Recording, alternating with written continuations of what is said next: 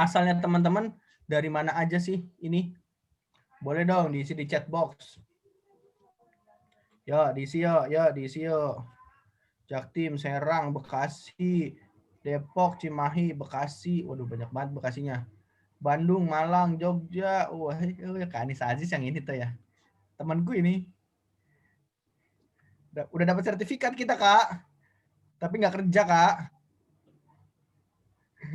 Nggak kerja. Ya Allah. Grobogan. Wah, Grobogan Jawa Tengah ya. Dekat Jogja ya, Pak? Bukan ya kalau nggak salah. Wah, nih dari Jepara. Lautnya aman, Kak ya. Wah, Masya Allah. Ada yang dari Momere. Yang dari Makassar. Yang goyang ke kiri, gitu ya lagunya ya. Kak Adora, aku hafal sekali tuh. Oke, ada yang dari Kalimantan Selatan. Aku mau ngobrol Abah Fari jangan goyang, tahan. Iya. Tahu aja kalau ada musik nggak tahan untuk goyang ya. Aku mau ngobrol dong sama Kak Lili Kartini Apriliani. Masya Allah. Ini harusnya orang Sunda ini. Semua soalnya. Mana nih Kak Lili? Kak Lili, ayo fokus apa tuh, on Allah. Ayo Kak Lili, on video dong. Ada yang dari Kalimantan Selatan. Assalamualaikum Kang.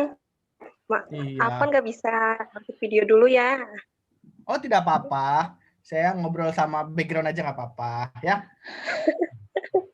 Kak Lili mau tanya nih, kondisi di Kalimantan Selatan gimana banjirnya Kak? Ya alhamdulillah sudah lumayan lebih surut daripada kemarin-kemarin Kang, tapi di beberapa titik masih banyak banget yang sepinggang orang dewasa, tinggi airnya. Masya Allah.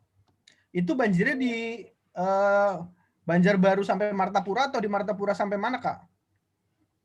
Jadi awal mula banjir itu di daerah hulu sungai di atas arah ke Kalimantan Timur. Jadi hujan itu kan di sini 3 hari 3 malam hujan lebat. Di sana itu Kang pegunungan Meratus di tempat kami ini sudah banyak banget bolong karena penambangan batu bara. Nah, ya jadi akhirnya yang air di gunung tadi biasanya diserap oleh hutan-hutan, akhirnya mengalirnya ke kota. Nah, ke kota itu padahal lumayan jauh, yang kota Barabai yang tempat banjir pertama kali itu tuh lumayan jauh, sekitar 3 jam dari kota Banjarmasinnya. Akhirnya pertama kali yang terendam itu adalah kota Barabai, yang air kiriman dari pegunungan Meratus. Akhirnya Barabai itu lumpuh kemarin, sempat sampai atap rumah banjirnya. Akhirnya airnya itu turunnya ke Banjarmasin. Akhirnya sekarang Banjarmasin yang belum pulih. Kalau Barabainya sudah surut, alhamdulillah. Banjarmasin kena Kak? Kenapa Kak? Banjarmasin kena banjir juga? Iya, akhirnya kena banjir juga karena air bawaan dari Barabai tadi, air kiriman. Oke, ya Allah, ya Rob. Ya, mohon doa ya Kang segera surut, semoga segera kering ya. Oke. Ya, Mudah-mudahan amin. Kalimantan Selatan kembali pulih lagi. Karena jujur saya sebelum pandemi saya masih sering untuk ke Kalimantan Selatan, Kak Lili, cuman waktu itu belum kenal sama Kak Lili. Saya biasanya ke Banjarbaru, ya. Banjarbaru, iya. ke satu perusahaan gitu, ke satu perusahaan, terus kemudian biasanya makan soto Anang. Tahu nggak Kak Lili soto Anang? Tahu, soto Banjar. Soto Banjar ya. Saya mesennya kulitnya yang banyak. Oke, mudah-mudahan baik-baik terus ya Kak di sana. Karena aku tahu Kalimantan Selatan karangnya ini apa namanya, tambang batu bara. Iya, Oke, betul. terima kasih. Sedangkan kemarin bilangnya bukan karena tambang, katanya bukan karena cuaca, tapi itu sebenarnya pembohongan publik. Karena cuaca ya. Nggak apa-apa, kita positive thinking aja. Ya, Sabar siap ya teman-teman. Mohon doa. Amin ya Allah. Amin. Aku pengen ngobrol satu orang lagi nih yang dari Maumere. Mana nih Maumere? Kak Adore. Adora. Adora. Halo. Halo Kak. Kak Adora, Alina, Alfiana. Yes, betul. Maumere di mana sih Kak? Maumere di Nusa Tenggara Timur. Sebetulnya Kabupaten Sika, Kak. cuman lebih dikenalnya sama Maumere kayak gitu. Oke, jauh sekali. Kayaknya Nusa Tenggara Timur apa Nusa Tenggara Barat juga lagi ada sesuatu ya, Kak? Sesuatu apa itu? Lagi gunung Apa ya? gunung meletus atau apa? Nggak ada? Oh iya, tapi udah agak lama sih Kak. Oh, Di Lembata, dekat sih sama tempat saya. Oke, Kak Adora baru ikut yang sesi ini ya? Udah 2 kali, yang kemarin, yang pertama juga ikut. Oh, yang pertama ikut toh. Cuman, ya Cuman pertama apa, ikut Kak? Kak. Cuman, Ya udah nggak usah cuman dijawab, Kak. pendiam Nggak usah yang dijawab, pertama. Kak. Nggak Siap. apa-apa. Terima kasih Kak Adora sudah hadir. Mudah-mudahan nanti ilmu yang disampaikan bisa bermanfaat buat kakak ya, dan diaplikasikan dan juga disebarluaskan tentunya. Oke teman-teman, waktu sudah menunjukkan pukul 4:16. Karena, oh ya sebelumnya saya informasikan nanti yang akan yang akan mengisi sesi Grow Me Class sore hari ini adalah Kak Melinda Nurimanisa. Dia adalah teman saya juga, sahabat saya, dan juga partner bisnis saya, yang saat ini berdomisili di Breda, Belanda, dan sudah menyelesaikan sekolah S2-nya dengan predikat lulusan terbaik. Wih, keren ya. Udah di kampus orang, di negara orang, lulusan terbaik ya kan. Saya waktu itu di kuliah di Jogja boro-boro lulusan terbaik. Belajar cuman pas pengen ujian. Dulu saya gitu. Tapi jangan ditiru teman-teman ya. Jangan ditiru.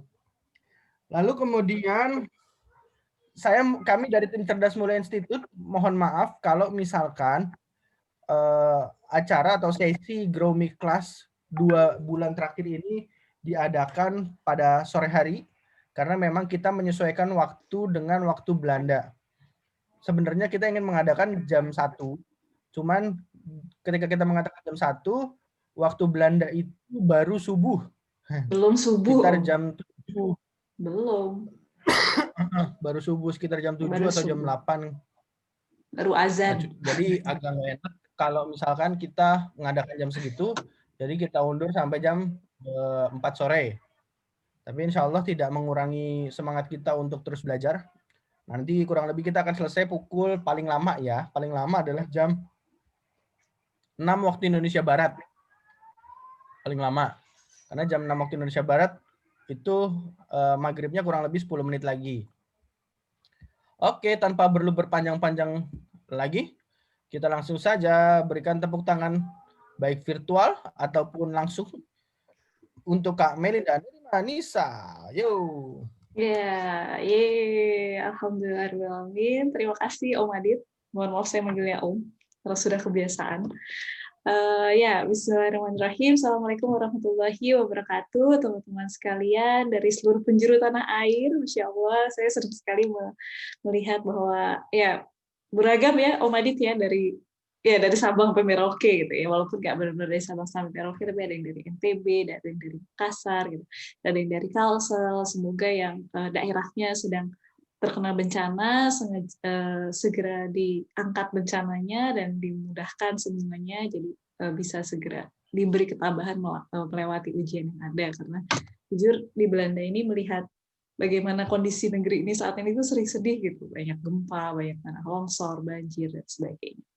Nah, tanpa berpanjang lagi, bismillah nih saya mulai share screen aja karena waktunya singkat ya, kalau nanti bisa dimarahin sama Om Adit kalau kelamaan.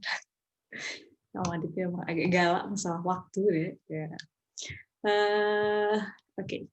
Bismillahirrahmanirrahim. Hari ini mau sharing sama teman-teman sekalian tentang apa yang diberi judul, tajuknya adalah self growth hacking. Jadi kalau misalnya teman-teman suka melihat tentang bagaimana bisnis masa kini, ada istilahnya itu growth hacking. Nah, growth hacking itu adalah bagaimana kita bisa mempercepat pertumbuhan gitu istilahnya, atau rahasia-rahasia biar bisa bertumbuh dengan cepat dan berkelanjutan. Nah, kali ini topiknya adalah bagaimana growth hacking ini terjadi pada diri sendiri, makanya judulnya adalah self growth hacking, bagaimana mengupas rahasia hidup yang terus bertumbuh. Nah, Sebelumnya mungkin perkenalan singkat aja, mungkin banyak teman-teman di sini yang juga sudah kenal. Nama saya Melinda Nurimanisa, dan alhamdulillah sekarang diberi Allah amanah untuk mendampingi Bapak Ari Rahmawan, gitu ya. Terus alhamdulillah juga kemarin habis menuntaskan studi di Breda University dengan gelar MBA di sini di Belanda, dan ada beberapa hal yang suka saya kerjakan, gitu. Kalau mungkin ibaratnya saya ditanya apa hobinya adalah bekerja dan berkarya gitu. Jadi kalau nggak punya kesibukan dia akan mencari-cari kesibukan sendiri. Oke, di sini sempat membuat Alkindi Edu Prize, di situ ada Daycare dan Preschool yang dibuat saat semester 7 kuliah. Kemudian habis itu kita membuat buku anak dan mainan anak. Terus sekarang baru-baru ini akhir tahun 2020 awal tahun 2021 ini kita di sini ada teman-teman juga, ada tim Alkindi, terima kasih sudah hadir, membuat Alkindi Online Preschool. Kemudian sama Adit bekerja bersama di Edukasi Karya Indonesia Publishing, terus di Cerdas Mulia juga bagian business development, jadi fasilitator di Bengkel Diri juga. Mungkin bagi para muslimah yang ingin mengupgrade diri, insya Allah di Bengkel Diri ini lengkaplah programnya. Menulis beberapa buku, 8 buku, dan sempat menjuarai beberapa kompetisi internasional dan nasional. Nah, hari ini kita akan ngobrol-ngobrol, sharing-sharing santai tentang bertumbuh.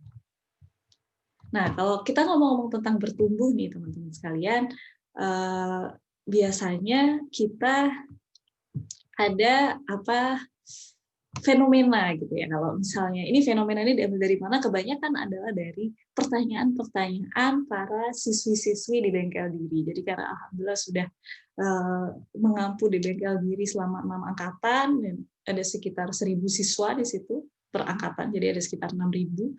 Dan kurang lebih ternyata pertanyaan-pertanyaan yang didapat itu fenomena pertama inilah yang paling banyak, tentang rumput tetangga yang selalu terlihat tumbuh lebih hijau. Saya nggak tahu, semoga nggak banyak yang merasakan ini ya, tapi di zaman sosial media kayak sekarang, namanya fenomena melihat rumput tetangga yang lebih hijau ini sepertinya sering sekali, gitu. Karena dengan mudahnya kita melihat bagaimana wajah gitu ya, wajah ibaratnya kehidupan orang lain, tapi depannya doang covernya tuh, ibaratnya rumah tuh mukanya doang, dalamnya nggak kelihatan sebenarnya. Tapi hal itu seringkali ternyata bisa menimbulkan banyak insecurity, terutama pada sedihnya, terutama pada perempuan. Dan ini ada risetnya, waktu itu sempat nonton di Netflix, sosial dilema, sosial dilema, gitu. Yang mana ternyata kalau di Amerika tuh bisa menimbulkan sampai meningkatkan tingkat depresi, bunuh diri dan sebagainya dari sosial media. Gara-gara apa? Gara-gara melihat rumput tetangga yang kok terlihat lebih hijau, kok kayak teman saya itu tumbuh lebih cepat daripada saya kok apalah aku butiran debu rumah rengginang gitu biasanya kalau bahasa anak-anak zaman now. Nah, kemudian ada fenomena kedua yang saya amati, yang ini tidak di milenial, tapi yang saya amati pada generasi di atas generasi milenial ini, misalnya mungkin bapak-bapak saya atau atasan-atasan suami atau generasi-generasi yang tua gitu, yang mana mereka berhenti bertumbuh di titik tertentu, dalam artian begitu mereka punya rumah, punya mobil, selesai, udah nggak ada niat untuk memacu diri untuk bertumbuh menjadi lebih baik. Atau misalnya dia udah mencapai jabatan tertentu, misalnya kepala di suatu bidang atau institusi tertentu, udah stop di situ. Atau bahkan ketika misalnya dia sudah pensiun, dia sudah berhenti tumbuhnya di situ. Nah, kemudian pertanyaannya adalah gimana caranya agar diri itu terus bertumbuh seiring dengan berjalannya usia? Gimana caranya biar kita itu tidak hanya usianya yang bertambah tua, tapi hal-hal lainnya juga berkembang seiring berkembangnya usia. Kalau kita melihat ke anak-anak, ada yang namanya pertumbuhan dan perkembangan. Nah, yang pertumbuhan dia lebih ke fisik, dalam artian berat badan, yang kalau ada emak-emak pasti tahu betapa galaunya masalah berat badan, tinggi badan, dan sebagainya. Tapi ada yang namanya perkembangan. Jadi selain ada pertumbuhan, ada perkembangan, yang mana ini adalah berurusan dengan aspek-aspek lain dalam diri manusia. Ada yang kognitif, ada yang motorik lah, ada yang bahasa, dan sebagainya, dan sebagainya.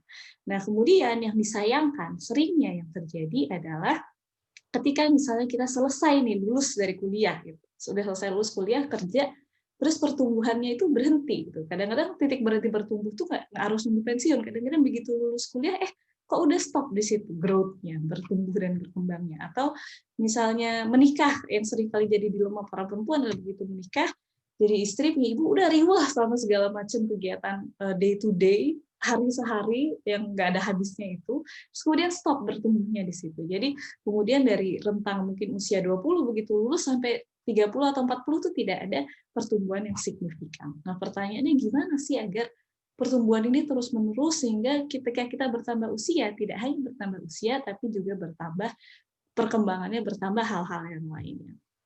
Nah, di sini mau ngebahas tentang apa yang dinamakan oleh Simon Sinek sebagai The Golden Circle. Mungkin saya nggak tahu, mungkin beberapa teman sudah pernah mendengar ini, tapi kalau yang belum saya coba jelaskan lagi. Jadi ada seorang expert pengembangan diri gitu lah, di Amerika, namanya Simon Sinek. Dan dia itu mengkaji, kalau misalnya kita baca buku-buku yang terbitan dari Amerika gitu, saya sendiri lagi baca buku terbitan Amerika, hampir semua buku-buku pengembangan diri itu tidak asal jeplak, gitu, tidak asal ngomong doang, tapi berdasarkan riset yang mendalam bertahun-tahun baru mereka mengeluarkan buku itu. Nah, Simon Sinek ini meriset sebenarnya apa sih yang menjadi kunci gitu ya dari perkembangan diri seseorang yang bisa demikian excellence atau luar biasa gitu. Ternyata dia punya the golden circle. Intinya adalah bagaimana ternyata pertumbuhan manusia itu dimulai dari why-nya dulu yang ada di tengah. Why, kemudian dia berkembang menjadi how atau bagaimana. Oh, why itu kenapa? Kenapa sih aku melakukan ini? How itu bagaimana dan what baru apa. Jadi kalau misalnya saya pribadi melihat ini, biasanya yang saya gali nih, kalau saya tuh suka banget ketemu orang-orang yang menurut saya keren. Yang saya gali adalah why-nya. Kenapa sih mereka mau melakukan ini? Gitu? Kenapa sih mereka mau bersusah-susah buat mengerjakan ini, itu, dan sebagainya? Itu yang digali why-nya dulu. Karena tahu bahwa itulah, why itu adalah energi. Atau ibaratnya misalnya kita naik mobil gitu ya, naik mobil harus punya bensin yang menstimulasi dia buat bergerak. Our why itu adalah menjadi sumber bakar bahan bakar kita gitu sebagai manusia. Kalau misalnya kita lihat misalnya di sisi bensin kan kita bisa lihat tuh grafiknya ya, ada empty sampai full tank. Saya tuh bingung kenapa ada orang-orang yang bisa kayaknya full tank terus energinya, kayak nggak habis-habis gitu energinya, kayak nggak pernah capek gitu ngerjain segala macam hal yang beliau kerjakan. Salah satu contoh yang jadi inspirasi saya adalah Mbak Dewi Nur Aisyah. Saya melihat beliau tuh, masya Allah udah PhD di UK gitu ya, anaknya 1, 2 sekarang, kemudian beliau juga menulis buku dan sebagainya. Kemudian sekarang beliau jadi salah satu anggota gugus COVID. Kalau teman-teman suka melihat di berita, Dewi Nur Aisyah akhir-akhir ini banyak ada di berita online, adalah salah satu anggota gugus COVID di Indonesia.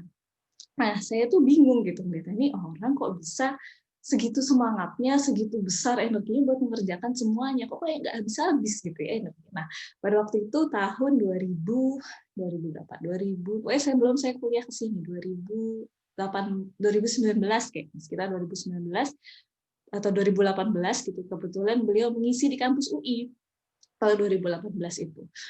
Karena beliau mengisi kampus UI, saya bela-belain waktu itu buat datang tuh ke acaranya beliau, cuman buat nanya sebenarnya behind the surface itu apa rahasianya si Mbak Dewi ini, kok bisa sedemikian semangatnya. Akhirnya saya datang waktu itu di balai rung kampus sambil gembol anak yang lagi suka rungsing ya, Mas Komadi tahu lah betapa rungsingnya Irsyad pada zaman dahulu, yang susah banget diajak diam dan segala macam tetap dibawa. Terus kemudian menggali sebenarnya apa sih rahasianya Mbak Dewi. Saya beli semua bukunya, saya coba mengkaji, memetakan pola sebenarnya apa yang jadi rahasianya beliau. Ternyata dia tuh punya strong why yang sangat kuat. Dia punya alasan yang melandasi semua pekerjaannya, baik itu pekerjaan di dalam rumah tangga maupun pekerjaan di luar rumah tangga maupun dia belajar maupun apa. Dia punya satu strong why yang sama, strong why yang sangat kuat, yang sangat mengakar dan sangat dia yakini. Nah, saya sendiri melihat apa nanti kita jelaskan berikut. Nah, saya sendiri merasakan bahwa ada fase di mana saya waktu itu tahun 2015-an kayaknya 2015-2016 itu lagi fase krisis diri, kalau kata bahasa zaman now katanya quarter life crisis gitu ya. Di mana kerjaannya adalah comparing gitu, membandingkan antara diri sendiri dengan orang lain, kayak wah keren ya dia begitu, gimana mungkin aku bisa jadi kayak dia, wah dia sudah begini gitu. Waktu itu comparing ke beberapa orang. Dan waktu itu pada akhirnya saya menyadari bahwasanya ketika perasaan itu hadir, ternyata itu sebagai sinyal. Sinyalnya juga lagi hits ya sekarang menggantikan WhatsApp katanya, walaupun belum sepenuhnya menggantikan. Tapi ternyata menjadi sinyal. Ketika perasaan itu hadir di dalam diri saya merasa itu jadi sinyal bahwa ternyata bukan salah tetangganya yang lebih hijau, bukan salah dia yang kemudian bersinar, kemudian kenapa aku tidak maju-maju gitu. Ternyata itu sebagai sebuah indikasi bahwa ternyata di dalam diriku adalah aku tidak punya strong why yang cukup kuat. Strong why-nya itu kurang kuat. Kemudian tidak punya kejelasan akan arah hidup, mau gimana dan sebagainya. Udah nggak punya kejelasan, pasti dia nggak punya strategi. Atau kita sudah punya kejelasan, strong why-nya kuat, sudah punya strategi. Dalam kasus saya waktu itu adalah terlalu banyak berpikir, kurang action, kurang do the plan, kurang mengerjakan apa yang dilakukan, apa yang ingin dilakukan. Jadi rencana udah, ya, strategi udah jelas, tapi nggak ngapa-ngapain, dipikirin aja. Jadinya tenggelam dalam lingkaran itu lagi, bandingin yang lain, terus habis itu, aku masih jauh ketinggalan, gimana aku harus melakukannya, gitulah pokoknya. Terus akhirnya jadi nggak kemana-mana, jadinya banding-bandingin terus, gitu, nggak ada habisnya. Nah, kemudian waktu itu saya merasa bahwa ini lingkaran ini harus diputus, gitu. Insecurity dan perasaan rumput tetangga lebih hijau itu nggak baik menurut saya. Maksudnya nggak produktif juga. Jadinya malah semakin insecure, semakin merasa diri kurang, tidak bersyukur dan sebagainya dan sebagainya. Setelah akhirnya saya menggali lagi sebenarnya, kenapa itu terjadi? Karena ketika misalnya seseorang yang saya rasakan kemudian sekarang ketika saya sudah punya why, how, dan what yang kuat, udah punya gambaran clear, mau bikin taman kayak gimana sih? Mau bikin taman kayak gimana sih? Jadinya kalau kita udah punya clear nih rencana, udah strong why-nya udah kuat, rencananya udah kuat, terus habis itu action plan-nya udah kuat, dan kita sudah mengerjakan dengan konsisten. Jadi kita akan sangat sibuk untuk berbuat sehingga nggak sempat melirik ke rumput tetangga. Jadi ngerasa membandingkan diri itu jadi hal yang tidak produktif dan consuming heart, consuming mind, consuming time, dan membawa kita menuju arah yang tidak produktif. Nah, kemudian pertanyaannya, waktu itu saya kemudian berpikir, masa nggak boleh sih terinspirasi sama orang lain? Karena kan bagaimanapun kayak misalnya Mbak Dewi Nur Aisyah gitu ya, dulu sangat terinspirasi banget sama beliau. Kemudian kayak gali-gali lagi sebenarnya kalau misalnya di Islam seperti apa sih? Karena saya percaya bahwa Al-Quran dan hadis itu adalah tuntunan bagi seluruh umat manusia, tuntunan umat Islam. Jadi kemudian saya mencari sebenarnya di Islam itu gimana? Nah, ada salah satu hadis yang menurut saya sangat menarik, yakni dari hadis Bukhari dan juga Muslim, yang mengatakan bahwa tidak boleh hasad atau ghibthah. Ghibthah itu adalah keinginan untuk memiliki apa yang orang lain inginkan. Itu nggak boleh ternyata, hasad atau ghibthah, kecuali pada dua orang. Yang mana berarti menurut saya dua orang ini sangat spesial. Sampai yang tadi yang nggak boleh, hasad atau ghibthah. Ghibthah itu hasad yang berbeda dari, bukan tipe iri yang kemudian berharap orang lain itu kehilangan nikmat itu, tapi tipe iri yang berharap membuat kita jadi berharap memiliki hal yang sama. Nah, itu nggak boleh kecuali pada dua orang, yakni yang pertama, orang yang menganugerahkan harta lalu ia infakkan pada jalan Allah gitu. Yang kedua adalah orang yang Allah beri karunia ilmu, kemudian ia menunaikan dan mengajarkannya. Di sini saya merasa bahwa berarti sebagai seorang muslim tuh harusnya seperti apa sih berharapnya, harusnya menjadi orang yang seperti apa. Dan ternyata dari sini saya memaknai gitu, memaknai sendiri bahwa ternyata menjadi seorang muslim itu harus dua, antara dia berilmu atau dia berharta, tapi kemudian kedua-duanya orientasinya adalah amal kebaikan. Jadi ternyata berlomba-lomba dalam kebaikan itulah yang jadi kunci.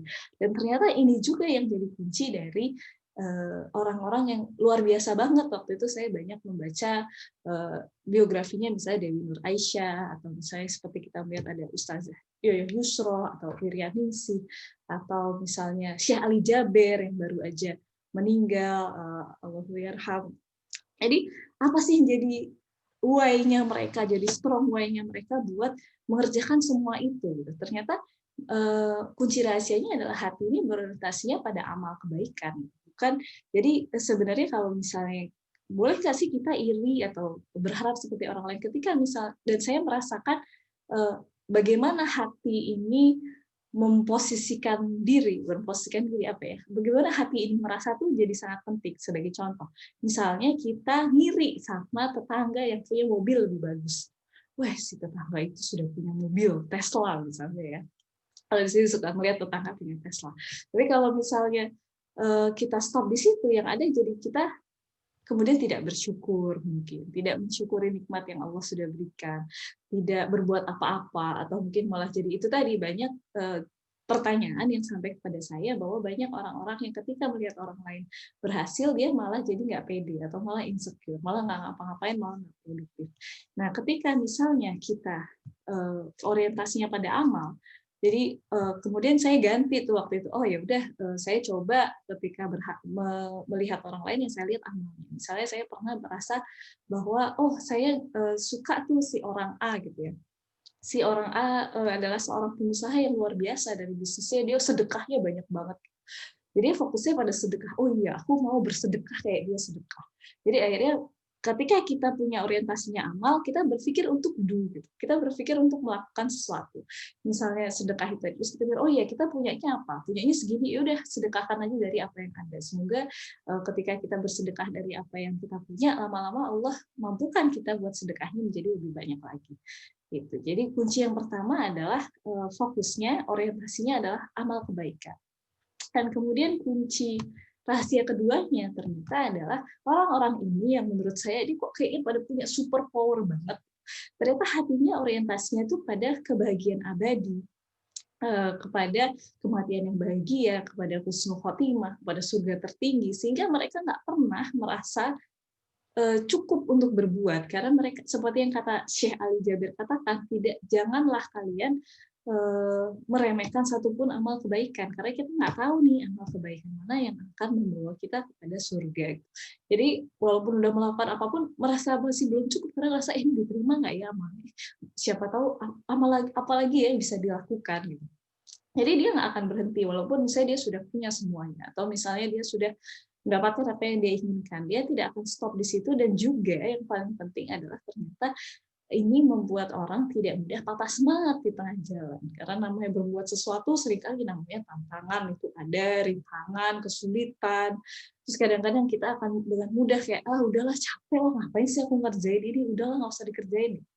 Tapi karena orientasinya adalah amal kebaikan dan sadar bahwasanya setiap usaha yang kita lakukan itu, entah itu berhasil atau enggak, itu juga adalah amal kebaikan. Jadi jadinya timbullah orang-orang yang ternyata mereka bahagia berusaha gitu. Mereka bahagia berjuang, mereka berjuang dengan bahagia. Jadi nggak bahagianya tuh nggak perlu nunggu dapat dulu hasilnya. Bahagianya nggak perlu nunggu dapat dulu prestasinya. Mereka buat mereka itu bonus aja. Karena buat mereka yang jadi poin kunci dan kebahagiaan mereka adalah ketika mereka berjuang.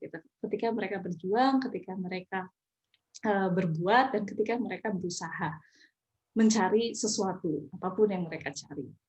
Nah, kemudian saya juga suka banget nih sama doanya Abu Bakar Asy-Siddiq menjelang wafatnya. Beliau berkata, ya Allah, biarkan akhir hayatku menjadi waktu terbaik dari hidupku, dan biarkan amal terbaikku menjadi satu-satunya penutup hidupku, dan biarkan hari-hari terbaikku adalah hari-hari saat aku berjumpa denganmu. Jadi kita kembali kepada strong why tadi. Kenapa sih kita harus terus bertumbuh? Kenapa sih kita harus terus memacu diri buat belajar lagi, buat beramal lagi, buat berilmu lagi? Walaupun misalnya amal dan ilmu yang banyak, tambah lagi terus.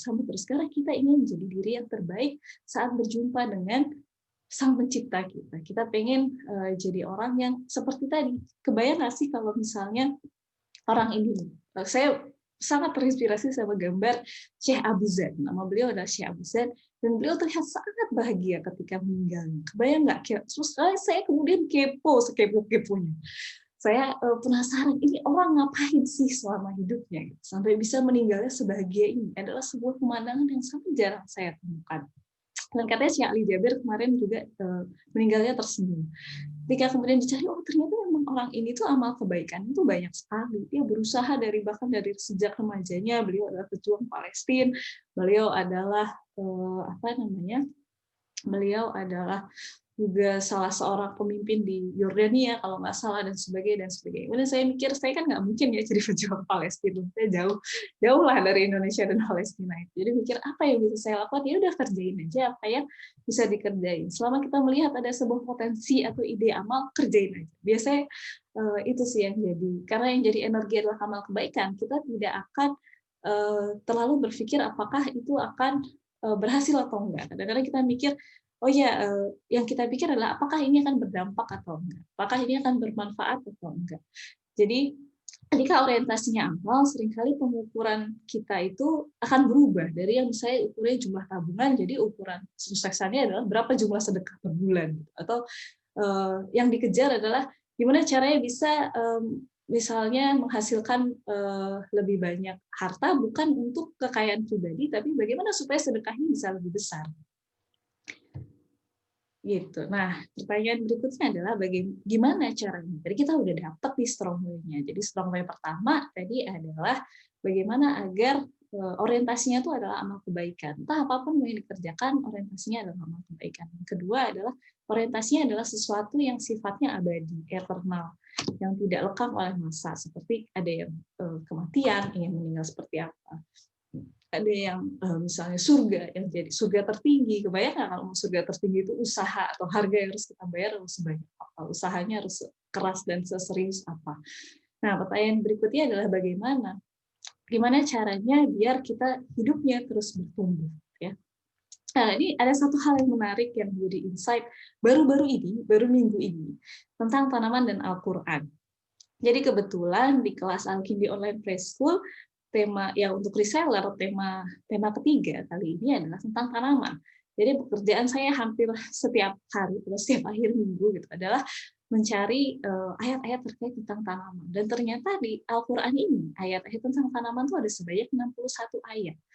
Dan yang membedakan, jadi karena saya nyusun kurikulum, jadi selama mengerjakan tema manusia sama tanaman ini ternyata ada dua perbedaan yang saya lihat sangat jelas gitu. Kalau yang manusia biasanya beragam, ada tentang manusia harus begini dan begitu, ada tentang manusia tercipta dari apa, ada tentang elemen manusia apa aja dan sebagainya. Tapi tentang tanaman ini sangat menarik gitu karena hampir semuanya 61 ayat, nggak semua sih, tapi sebagian besar bunyinya tuh sama atau kurang lebih tuh mirip. Intinya, dan kenapa kalian tidak perhatikan tanaman? Dan kenapa kalian tidak perhatikan tanaman? Dan kenapa tidak kalian perhatikan tanaman? Dan itu diulang-ulang terus sampai akhirnya jujur awal-awal gitu ya, saya yang masih penuh dosa dan mungkin banyak noda ini berpikir agak bosen gitu. Ini kok isinya kontennya sama terus gitu, belajar dari tanaman sampai saya mikir akhirnya kenapa ya, apa yang spesial dari tanaman ini, kenapa kita bolak-balik disuruh belajar sama tanaman, dan itu berulang-ulang. Bayangin 61 ayat itu banyak ya, dan hampir separuhnya lebih itu adalah tentang belajarlah kamu pada tanaman, belajarlah kamu pada tanaman, diulang-ulang. Saya pikir berarti ini penting sekali, kenapa kita bolak-balik disuruh belajar sama tanaman, ini tuh berkali-kali dikatakan gitu ya.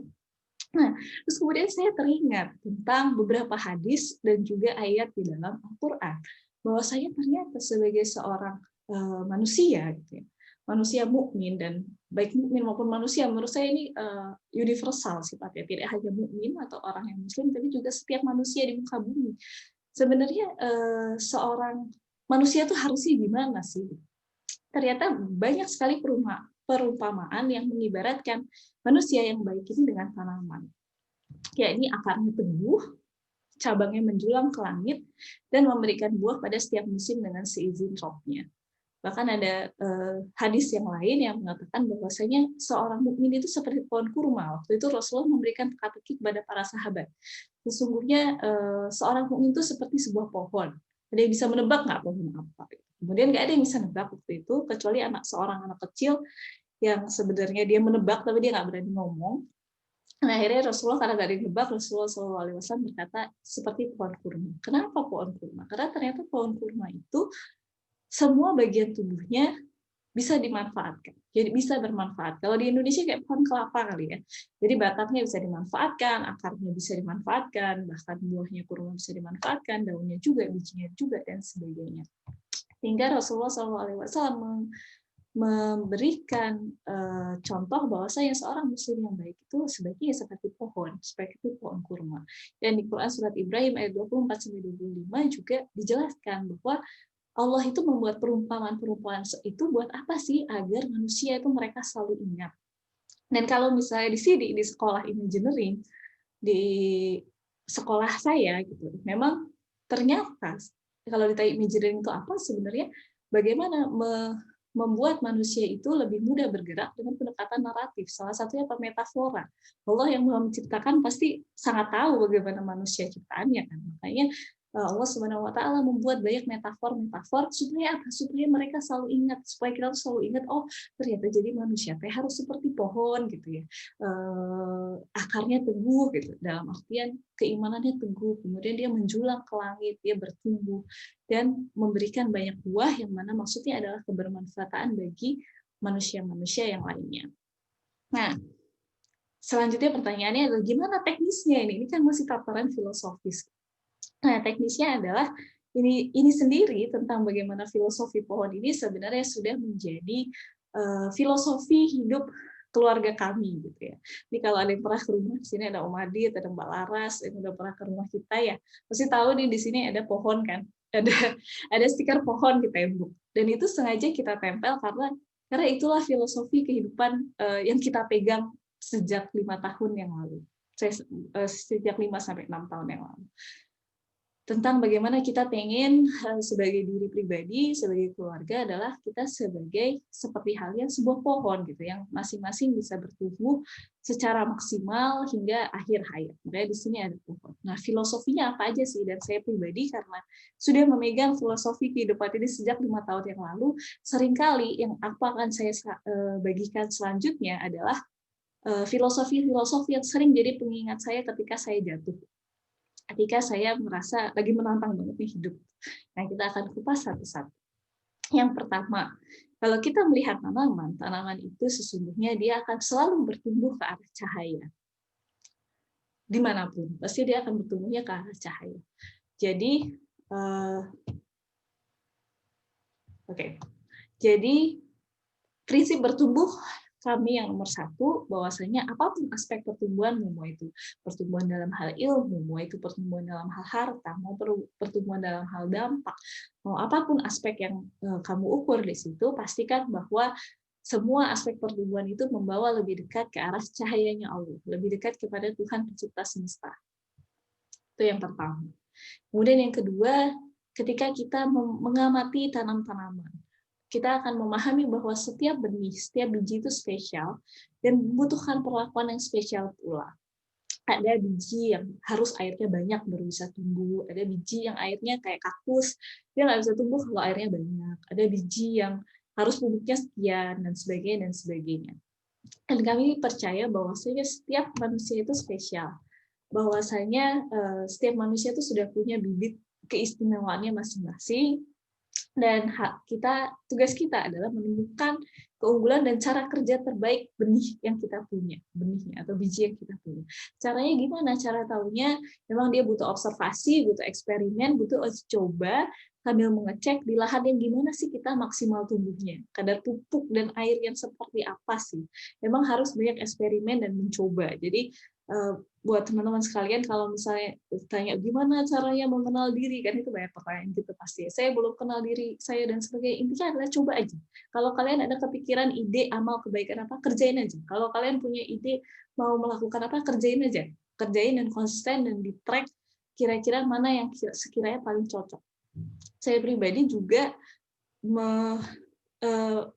kemarin barusan baca tentang ada buku namanya Creator's Code dari Amy Wilkinson. Dan dia cerita tentang Elon Musk. Karena Elon Musk sekarang kita tahu seperti apa Elon Musk, kan luar biasa. Dia bikin Tesla, dia bikin SpaceX, dia bikin apalagi satu lagi lupa apalagi ya satu lagi dia bikin Tesla. Apa? Solar City.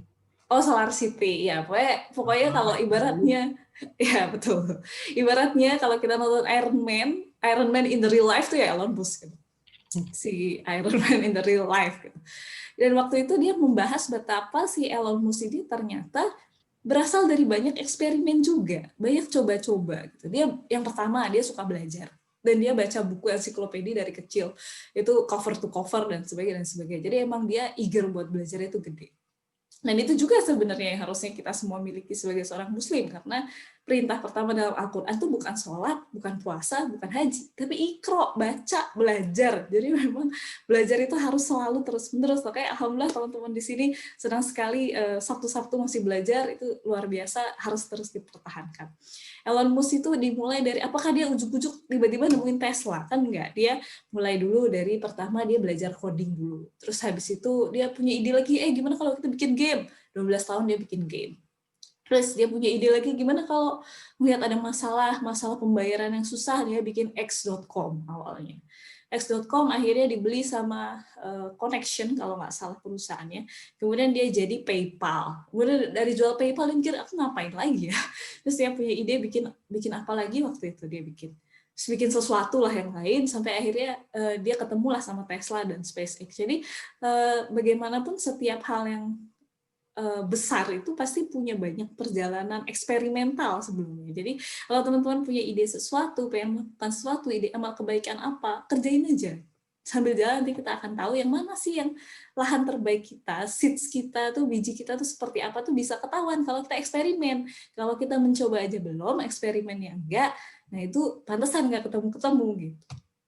Nah, prinsip yang nomor 3, yang namanya tanaman itu membutuhkan tekanan untuk dia, dan dia harus masuk ke bawah tanah buat bisa bertumbuh. Itu tanaman. Pada suatu ketika saya dapatkan filosofi ini ketika saya main ke Bandung tahun 2013, 2014, lupa antara itu. Saya ketemu seorang teman yang sangat saya hormati waktu itu, dan dia cerita tentang hal ini. Cerita tentang filosofi betapa tanaman itu, biji aja buat tumbuh dia harus ditekan, dia harus digaru, dia harus dibejek-bejek, nggak diinjek-injek, ditekan-tekan ya, pakai sekop tanahnya dan sebagainya. Dan itulah yang membuat dia tumbuh. Saya sangat mengingat cerita itu hingga sampai setahun 2 tahun setelahnya saya berada di titik paling rendah dalam hidup lah istilahnya. Dan waktu itu yang membuat saya bertahan salah satunya adalah kata-kata teman saya ini, bahwa biji untuk bisa tumbuh dia butuh tekanan. Jadi ketika ada tekanan, kesulitan dan tantangan, ingatlah bahwa bisa jadi itu adalah cara untuk menumbuhkan diri kita gitu, untuk membuat kita menjadi lebih kuat. Kalau misalnya ini ada kata-kata dari film apa gitu saya lupa, ya waktu itu jadi mantra saya banget karena benar-benar kayak rasanya hidup berat banget. Jadi waktu itu mantranya ada, what doesn't kill you will make you stronger. Apapun yang tidak membunuhmu akan membuatmu lebih kuat. Atau pelaut yang tangguh tidak lahir dari laut yang tenang. Dan itu benar. Kalau di sini istilahnya di Belanda, Leiden is Leiden. Pemimpin itu menderita. Jadi memang justru dari tekanan, dari kesulitan dan tantangan itulah kita akan bisa tumbuh. Jadi kalau dapat tekanan, kesulitan dan tantangan, terus saja berjuang, karena bisa jadi itu adalah cara untuk mendrill atau mendidik diri kita. Nah, itu juga dibahas di selanjutnya. Nah, kadang-kadang ada hal-hal, kalau tantangan, kesulitan tuh kadang-kadang berasa bisa diselesaikan gitu ya, walaupun susah.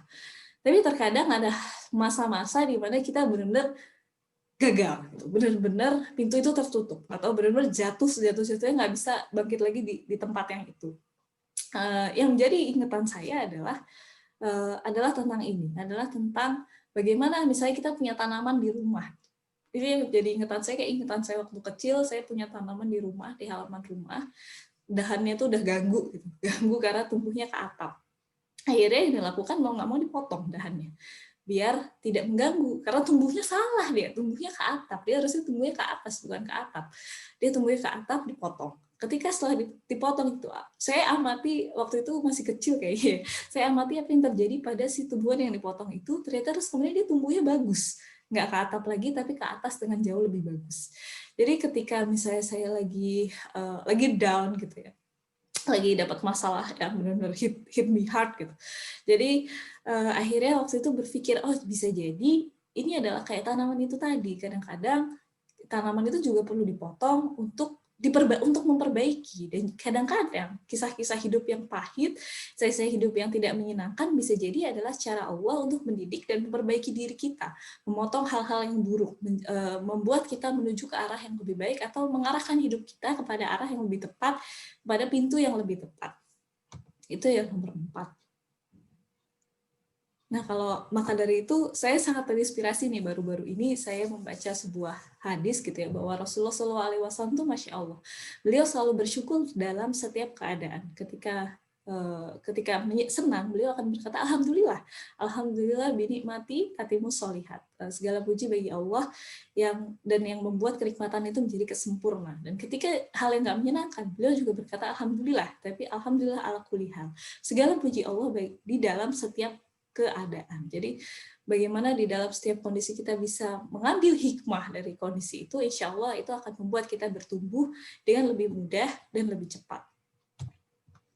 Nah, yang kelima adalah ternyata tanaman itu sebelum dia bertumbuh tinggi ke atas, yang dia lakukan adalah dia menumbuhkan akarnya dulu, menjalar ke bawah yang panjang.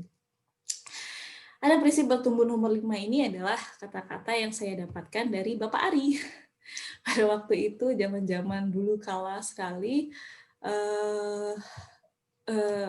beliau berkata bahwasanya kebanyakan dari kita itu fokus to achieve, fokus untuk mencapai, untuk menggapai mimpi, pengennya mencapai aja mimpinya itu. Tapi kita lupa untuk becoming, untuk menjadi, untuk meningkatkan kapasitas diri. Nah, dari tanamannya sebenarnya kita belajar bahwa sebelum dia tumbuh tinggi, yang dia lakukan adalah dia panjangin dulu akarnya, dia kuatin dulu kapasitas dirinya, dia kuatkan dulu, kokohkan dulu nih kapasitas dirinya, sehingga ketika dia tumbuh tinggi dia kuat, dia nggak mudah roboh. Saya pegang, selain dari Bapak suami, waktu itu saya ingat betul pernah mentoring sama namanya Ibu Prita Kemal Gandhi. Beliau adalah founder dan juga director dari LSPR, London School Public Relation. Pasti teman-teman yang di Jabodetabek mungkin tahu ya, ini adalah sekolah para artis biasanya. LSPR, London School of Public Relation. Saya ingat betul pertama kali saya ketemu beliau mentoring. Beliau tanya sama saya, kamu apa targetnya mentoring ini? Saya masih muda ya, berapi-api bilang, saya mau Bu, setelah mentoring setahun, setelah mentoring setahun ini, saya bisnisnya bisa 2 kali lipat, bisa buka cabang 2, segala macam. Ketawa dia. Terus dia cuma tanya kayak gini, kamu mau mana? Bisnis kamu cepat tumbuh tapi cepat jatuh? Atau bisnis kamu tumbuhnya sustainable tapi tumbuhnya pelan-pelan? Dan saya bilang, saya pengennya yang sustainable Bu. Gitu. Ya udah kalau gitu kamu jangan buru-buru. Yang paling penting adalah kamu tingkatkan kapasitas diri dulu. Saya sudah melihat banyak bisnis katanya. Di-push di awal kenceng, tapi ternyata kapasitasnya nggak cukup, nggak kuat gitu. Yang terjadi adalah ketika di-push jatuh bisnisnya, nggak naik lagi, susah. Karena kapasitasnya nggak kuat. Karena jadinya orang nggak trust, nggak percaya dan sebagainya. Jadi mending kamu tingkatkan dulu kapasitas kamu. Ketika kapasitas kamu itu sudah cukup, insya Allah kamu pasti akan tumbuh sendiri kok. Insya Allah kamu pasti akan naik sendiri dan jadi besar sendiri. Jangan sampai kita, apalagi zaman sekarang, sosial media, Masya Allah, gampang banget naikin sesuatu. Kita lihat, ada sebuah lembaga financial planning yang sangat luar biasa. Semua orang pasti tahu di sini, saya tidak usah sebutkan namanya. Itu secara branding sosial media, luar biasa. Saya juga belajar banyak sama itu. Dulu mikir, ini keren banget nih lembaga ini. Ternyata 3 tahun apa ya? Nggak lama kok, 3 tahun jatuh kolaps. Karena basisnya itu nggak kuat. Karena secara basisnya nggak kuat. Atau yang baru-baru ini, saya nggak tahu nih, suami cerita, ada yang namanya Grab Food, apa ya. Tapi dia bukan di bawah Grab. Grab Toko, tapi dia bukan di bawah Grab. Secara kapasitasnya nggak kuat, push investasi masyarakat segala macam, dia masukin ke Bitcoin-nya jatuh, habis sudah.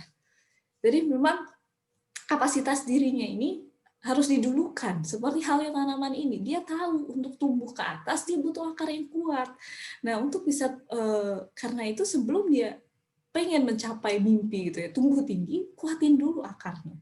Nah, karena itu, fokuslah ke menjadi dulu sebelum ingin mencapai apapun yang jadi impian. Dan ini juga waktu itu sempat nulis makanya buku CIG yang diterbitin sama penerbit EQ Leo Madrid. Jadi sebenarnya kuncinya sama, mau dalam bidang apapun. Misalnya, mau jodoh impian, kuncinya apa? Jadilah dulu jodoh, kalau mau calon suami idaman, kuncinya jadi berusaha jadi calon istri idaman. Kamu mau apalagi? Pokoknya setiap apapun yang kamu mau, kita pikirkan, kalau kita mau itu, kapasitasnya itu harus seperti apa? Kira-kira untuk bisa pantas dapat itu. Kemudian kita list tuh kapasitas yang kita bisa kebayang, nggak kebayang ya udah nggak apa-apa, yang bisa kebayang. Kemudian kita berusaha improve di kapasitas-kapasitas ini. Ketika kapasitasnya kuat, insya Allah ketika tumbuh dia akan lebih kuat juga. Kemudian yang keenam adalah tanaman itu punya parameter pertumbuhan. Kalau kita lihat namanya pohon, ada yang namanya kambium nih di tengah, kita bisa menghitung usia pohon dari berapa lingkarannya itu. Tahun pertama, tahun kedua, tahun ketiga, tahun keempat gitu ya. Nah, akan sulit untuk kita ketika kita mau bertumbuh, tapi kita tidak bikin parameter pertumbuhannya.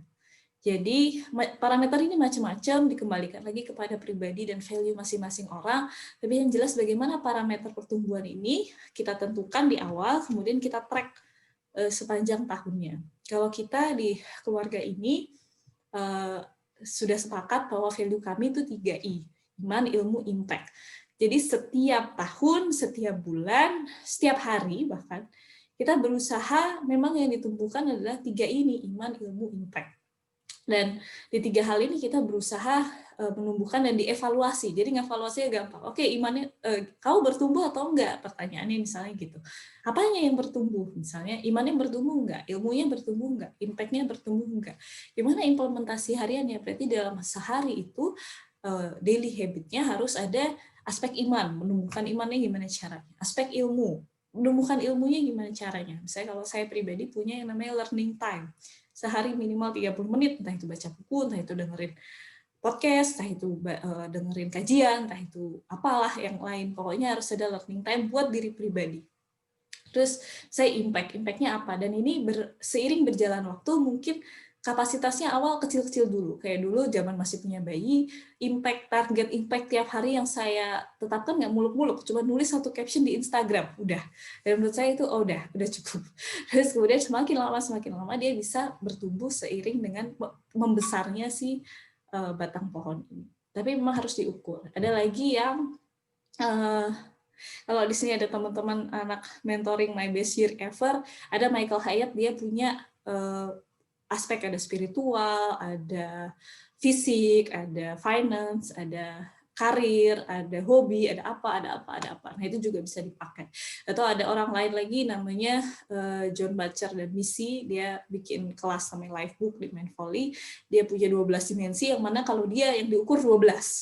Tiap hari diukur tuh, tiap hari, tiap bulan, tiap tahun yang diukur perkembangan di 12 hal ini. Apa aja dia 12, ada spiritual, emosional, intelektual, finansial, kesehatan atau fisik, terus kemudian apa lagi ya, life quality, kemudian macam-macam lah gitu, ada 12. Nah, intinya teman-teman temukan masing-masing mau bertumbuh, misalnya kita ngomongin bertumbuhnya tuh dalam hal apa aja yang mau kita track selama tiap hari, tiap bulan, tiap tahun. Nah, yang ketujuh adalah belajar dari bambu, bersabar dalam proses.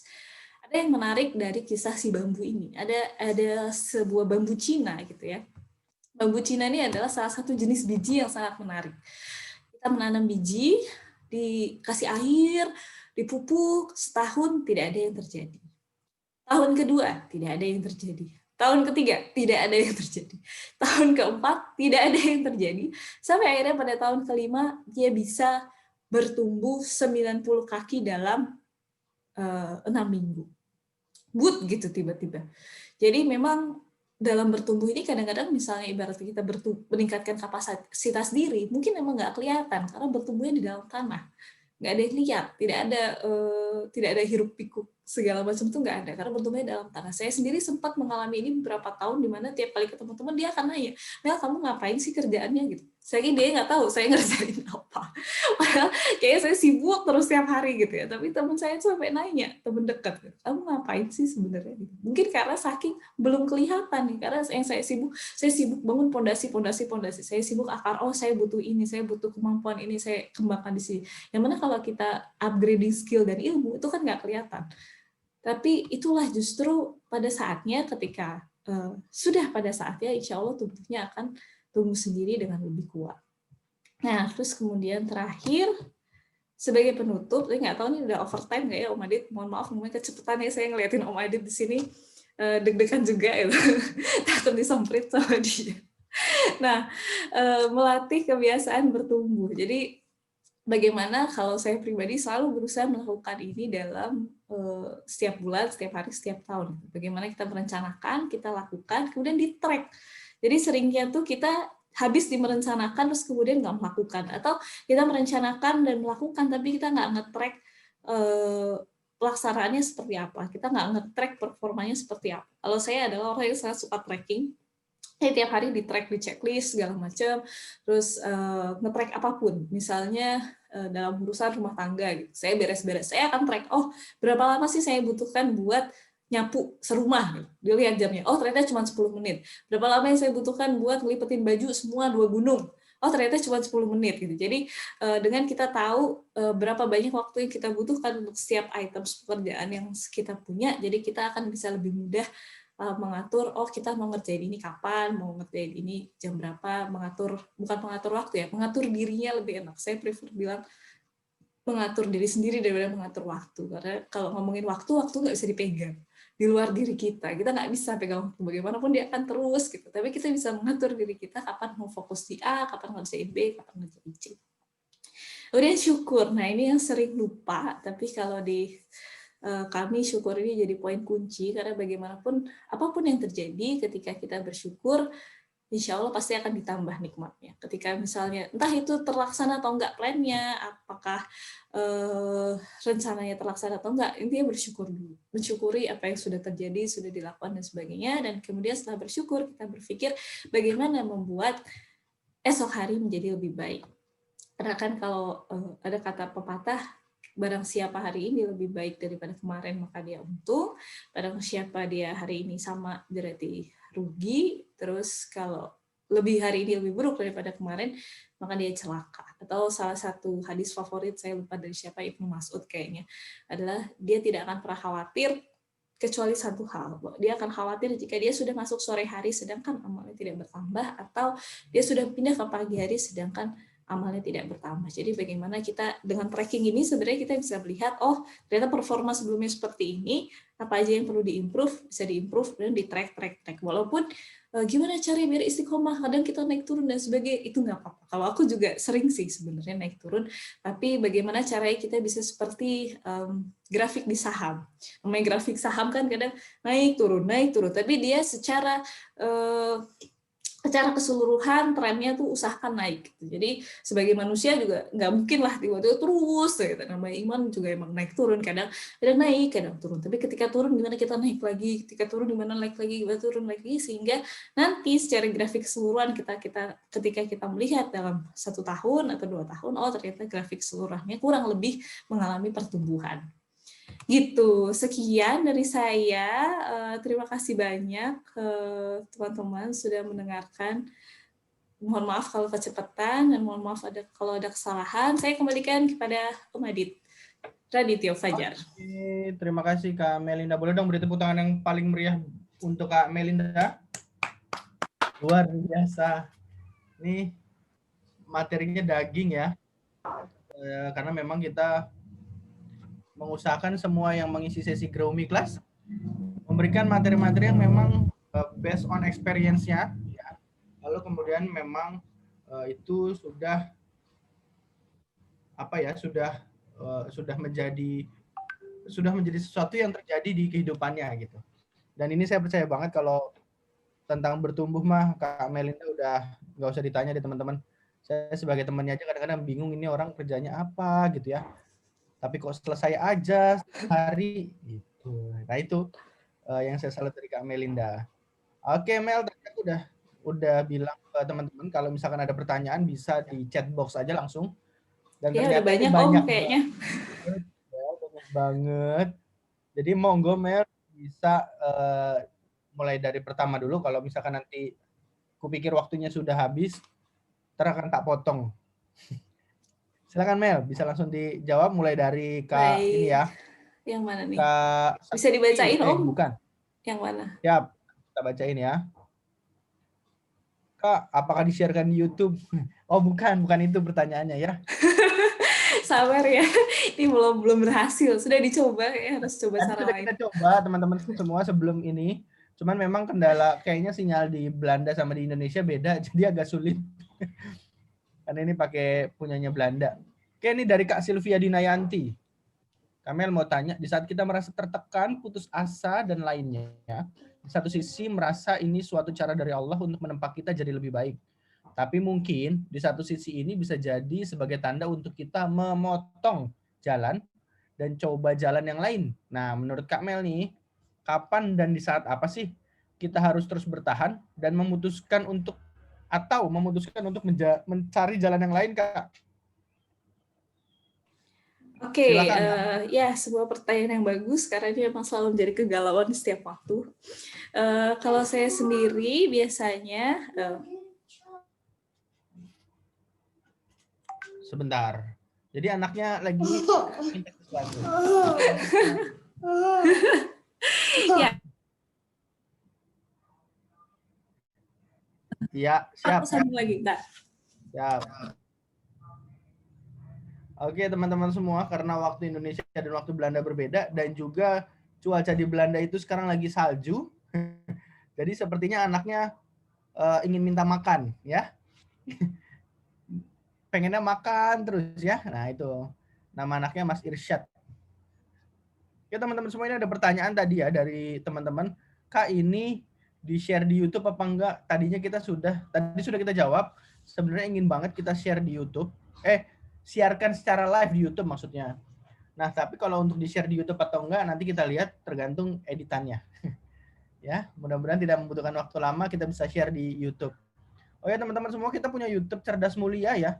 Silahkan kalau teman-teman mau tonton itu video, tapi sudah lama banget video-video yang kita punya. Karena memang kita baru bangkit lagi setelah kurang lebih 4 tahun vakum, dan kita ingin membangkitkan lagi Cerdas Mulia Institute untuk kita sama-sama mengembangkan nilai-nilai cerdas mulia ke anak-anak muda pada khususnya. Jadi teman-teman yang merasa, Kak, ada YouTube Cerdas Mulia nggak? Ada, silahkan dibuka Cerdas Mulia Institute.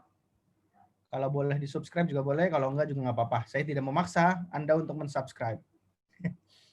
Lalu, apakah slide PPT-nya akan dibagikan di WA Group? Insya Allah. Kalau memang teman-teman merasa banyak yang butuh, Kak, aku mau PPT-nya, boleh gitu. Kak, aku mau di-share secara japri, jangan, di grup aja ya. Terus, Kak, presentasinya di-share? Iya, nanti ya, Mas Indra.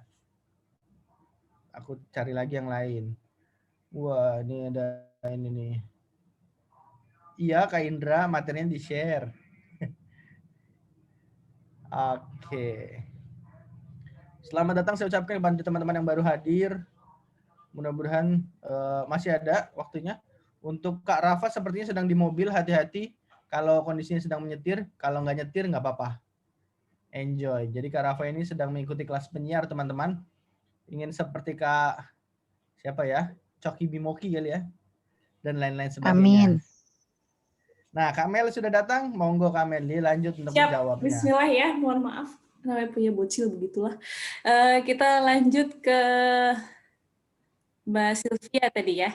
Bagaimana kita memutuskan. Nah, kalau bagaimana memutuskan ini memang jawabannya tidak ada satu jawaban yang pasti. Tapi yang pasti menjadi petunjuk dari Rasulullah SAW adalah selalu lakukan sholat istiqoroh. Jadi bahkan hadisnya mengatakan kalau Rasulullah SAW itu selalu mengajarkan sholat istiqoroh seperti halnya Rasulullah mengajarkan Al-Quran.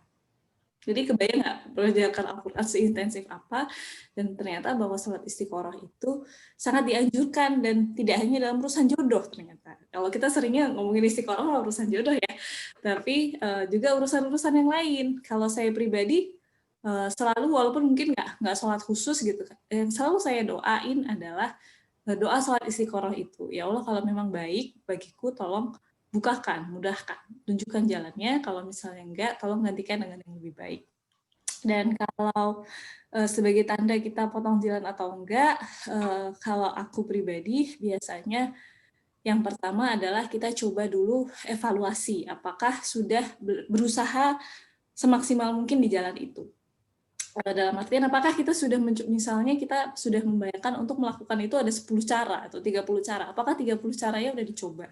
Kalau misalnya ternyata 30 caranya udah dicoba dan tidak berhasil juga, mungkin kita harus reroute, itu bisa jadi. Tapi kadang-kadang nah itu makanya pentingnya kita, kalau saya pribadi merasa pentingnya kita menjaga koneksi dengan Allah agar tahu nih kapan harus memutuskan terus, kapan memutuskan untuk stop. Karena kadang-kadang kalau saya pribadi ketika ada problem gitu bisa kelihatan feelingnya itu kemana gitu setelah istiqoroh, setelah memikirkannya masak-masak, itu kadang bisa kelihatan. Sebagai contoh, saya pernah rerouting sekali waktu itu, tahun 2011. Jadi waktu itu kita udah ada investornya, kita bikin bisnis furniture kardus dan segala macam, itu udah apa namanya, udah establish setahun, udah masuk TV segala macam, masuk koran segala macam, udah pameran di Bank Indonesia segala macam.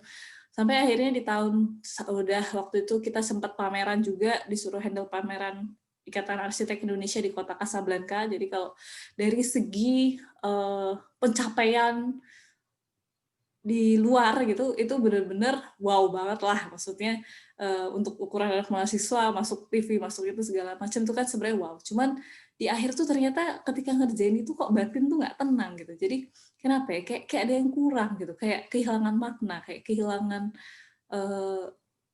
strong way-nya itu nggak ketemu gitu. Nah ketika strong way-nya nggak ketemu, akhirnya saya mikir bahwa ternyata strong way yang lebih kuat buat saya adalah tentang pendidikan anak usia dini gitu, daripada bikin furniture yang mana itu memfasilitasi kaum berduit saja gitu misalnya. Jadi waktu itu akhirnya karena strong way-nya yang satu lebih kuat, jadi akhirnya saya memutuskan ya udah, walaupun ini lagi bagus bisnis gitu, kita katanya kita ganti ke pendidikan anak usia dini. Dan itu emang juga banyak banget masalahnya. Waktu itu bapak saya ngingetin sih, kalau itu nggak oke, jangan-jangan ada apa namanya, itu petunjuk bahwa itu bukan jalan yang baik gitu. Terus akhirnya enggak, ini bagus kok, gini. Sampai akhirnya saya menggali lagi ke hati dan sebagainya, kembali ke strong way sebenarnya mungkin Sylvia. Strong way-nya tuh apa, dan ketika kita bisa sama seperti yang Kak Ari bilang di sebelumnya, selalu berusaha dalam impian apapun itu pisahkan mana goals mana tools. Goals itu biasanya sifatnya lebih universal. Misalnya goals-nya adalah terus meningkatkan ilmu sepanjang hidup, itu goals. Tapi tools-nya misalnya sekolah lagi, itu tools. Jadi misalnya nggak dapat ya nggak apa-apa, kita coba bagaimana caranya mencari tools-tools lain untuk mencari goals yang sama. Jadi biasanya kalau kita mantranya adalah kita kaku terhadap goals tapi fleksibel terhadap tools, karena kita yakin bahwasanya banyak jalan menuju Roma, asal kita pegang Romanya, mau lewat Venesia, kayak mau lewat Jerman, mau lewat Belanda, mau lewat Asia, yang penting sampai ke Roma. Jadi kalau misalnya Sylvia bingung kapan harus lagi posisi galau, mungkin saranku yang pertama selain tentu aja sholat istiqoroh adalah coba digali lagi strong way-nya. Sebenarnya untuk kenapa sih aku mau melakukan ini? Apa sih sebenarnya hal yang ingin aku capai dari hal ini, underlying-nya. Kalau kemarin teman-teman kayak Sylvia ikut ya yang ada kelas Find Your DNA, itu ada apa namanya iceberg model kan, dan itu digali sampai ke yang paling bawah, strong way-nya apa. Ketika nemu strong way-nya, kita akan bisa pikirkan, oh apakah yang Sylvia mau capai ini tools atau goals. Misalnya dia tools dan kayaknya udah berkali-kali coba, 5 kali mentok nggak berhasil, kita coba pikirkan kita tetap setia pada goals-nya, tapi apakah ada tools lain yang lebih efektif apa enggak. Nah, masalah efektif atau enggak itu biasanya cara kita memilih adalah kita cari tools yang mana effortnya paling kecil, hasilnya paling gede. Gitu. Jadi kalau misalnya udah mengidentifikasi, oh ini ternyata tools doang nih, bukan goals, dan itu bolak-balik gagal, ya udah nggak apa-apa, kita ganti tools yang lain. Ibaratnya kita mau dari Jakarta ke Surabaya, kita mau naik pesawat tadinya, kita udah yakin nih kita mau ke Surabaya pokoknya. Mau nggak mau kita mau mudik ke Surabaya, entah gimana caranya. Kalau anak mudik kan gitu biasa. Udah coba begadang semalaman dapat tiket kereta gratis, biasanya gitu kan kalau anak mahasiswa. Wah, rebutan tiket nggak dapat. Mau gimana? Tiketnya udah habis. nggak bisa ngapa-ngapain. Jadi apakah kemudian kita ya udahlah nggak usah mudik, aku di Jakarta aja nggak usah lebaran sama keluarga, kan nggak mungkin. Pasti kita akan kekeh sampai Surabaya, gimana caranya? Kita cari cara lain. Ya udah kereta dadah, kita cari travel. Ya udah cari travel. Jadi memisahkan goals, skill memisahkan tools dan goals ini emang jadi penting agar kita bisa lebih fleksibel dalam mencari jalan-jalan yang ada. Kalau yang memotong nih biasanya kalau aku pribadi lebih kepada sifat-sifat buruk diri sebenarnya, Sylvia. Kadang-kadang adalah sifat buruk kita pasti terus tiba-tiba dijegir dengan suatu kondisi yang bikin kita, ini gara-gara sifat aku yang itu tuh. Gitu. Nah itu adalah salah satu bentuk memotong menurutku, kayak yaudah alhamdulillah lah ini kejadian, aku jadi aware bahwa I shouldn't do this anymore. Aku nggak boleh nih melakukan ini lagi. Gitu. Menjawab nggak, Sylvia? Iya, udah, Kak. Apa? Oke, siap. Kalau mau naik lagi nanti di belakang aja. Oke, thank you Kak Mel. Lanjut lagi. Ingat Kak Mel, lihat chat dariku ya. Ya. Kak Mel, boleh sharing Strong Way punya Kak Mel nggak? Buat referensi merancang Strong Way sendiri nih. Dari Pintari pasti bisa. Oh, Masya Allah. Pintari pasti bisa. Aku suka namanya. Oke. Bismillahirrahmanirrahim. Strong Way aku adalah apa yang sudah aku jelaskan tadi sebenarnya. Yang pertama adalah amal, dan yang kedua adalah sebenarnya kalau aku dari dulu dari kuliah yang selalu dipajang di atas ultimate goal gitu ya, meninggal dalam kondisi tersenyum bahagia. Udah itu doang Strong Way-nya. Jadi aku akan berusaha gimana caranya supaya bisa meninggal dalam kondisi tersenyum bahagia kayak si bapak tadi, Abu Zan tadi. Itu Strong Way aku sebenarnya tidak nggak tahu muluk-muluk apa enggak, tapi sesederhana itu sebenarnya. Gitu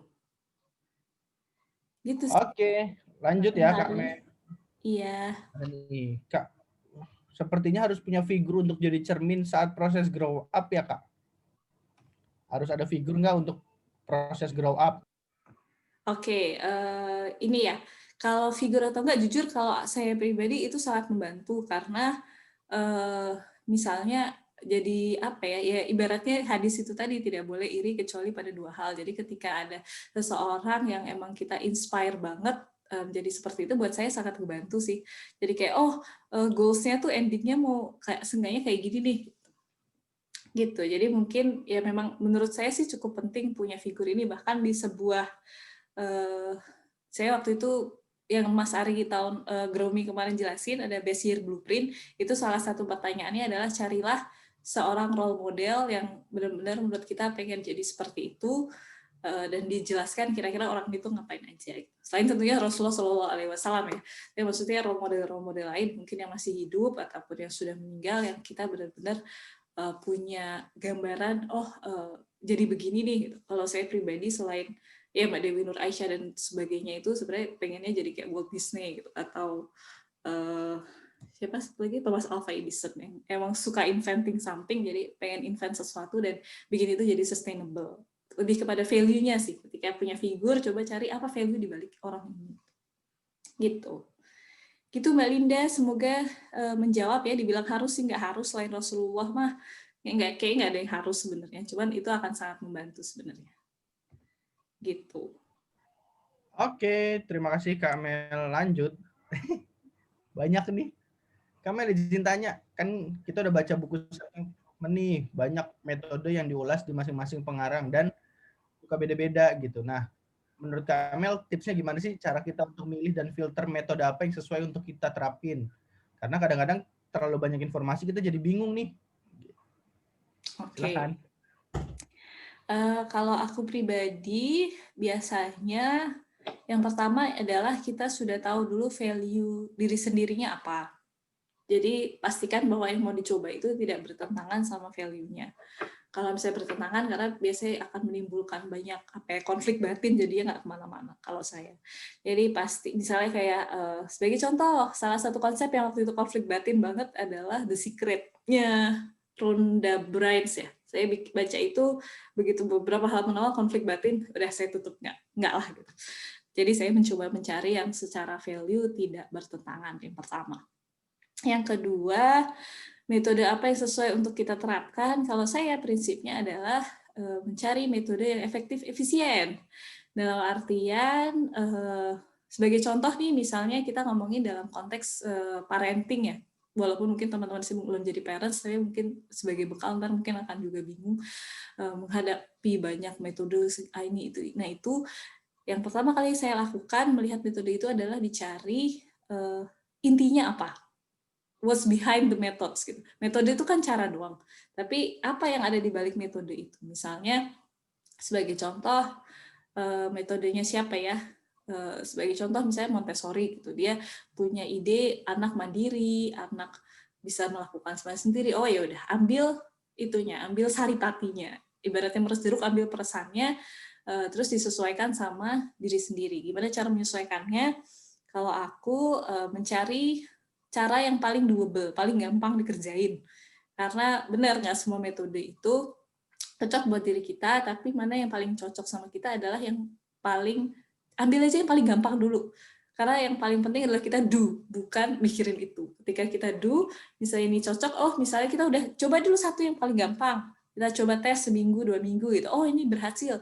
Oke, kita ketika itu berhasil, mungkin kita bisa tambah yang lain. Atau kita tambah yang lain dan sebagainya. Gitu. Itu bisa sebagai satu cara. Atau bisa juga baca semuanya, ambil saripati dari semuanya, di-combine, dijadiin satu metode ala kita, itu juga bisa. But itu quite high effort. Kalau aku biasanya begitu baca pengembangan diri, misalnya aku ada yang cocok, oh suka ini nih bisa diterapi nih, nggak diterapin semua, tapi ini nih bisa, terus ya udah aku terapkan yang menurutku bisa aku pakai itu, terapkan langsung, dikerjain langsung. Gitu sih Mbak Adora dari Maumere. Apakah sudah membantu, Mbak? Apakah sudah menjawab? Sudah, Mbak Mel. Terima kasih banyak ya. Siap, sama-sama. Terima kasih.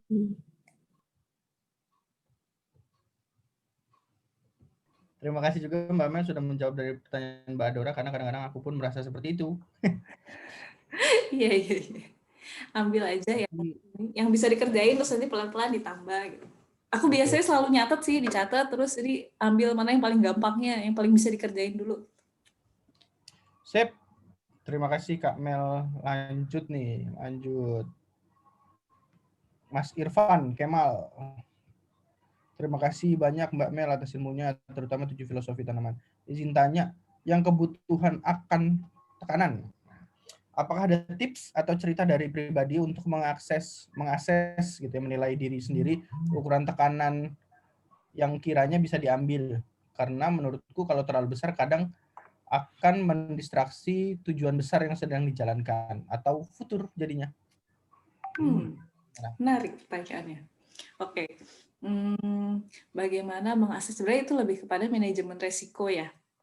Bagaimana kita, kalau aku pribadi mengaksesnya adalah aku akan selalu berpikir ketika sebelum melakukan sesuatu kira-kira kemungkinan terburuknya apa, dan apakah kira-kira aku akan oke dengan itu atau enggak. Selama aku akan oke, aku akan go. Biasanya gitu sih.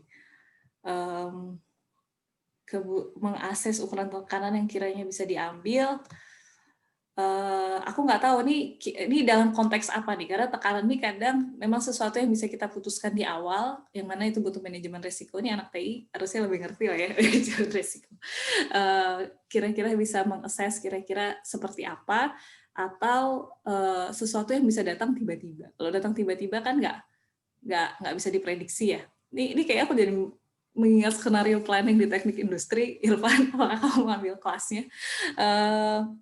Jadi mungkin aku sih biasa mencari kira-kira resikonya apa dan kira-kira worth to strive nggak itu dengan harga yang dibayarkan sama seberapa dia akan membantu kita mendekatkan ke arah tujuan. Aku bingung sih sebenarnya kenapa tekanan itu bisa mendistraksi tujuan besar, karena biasanya ketika strong, kalau menurutku ketika strong why-nya udah kuat, tekanan apapun akan kuarungi lautan dan samudera gitu. Jadi aku nggak tahu, mungkin bisa diperjelas Irfan, ini konteksnya seperti apa?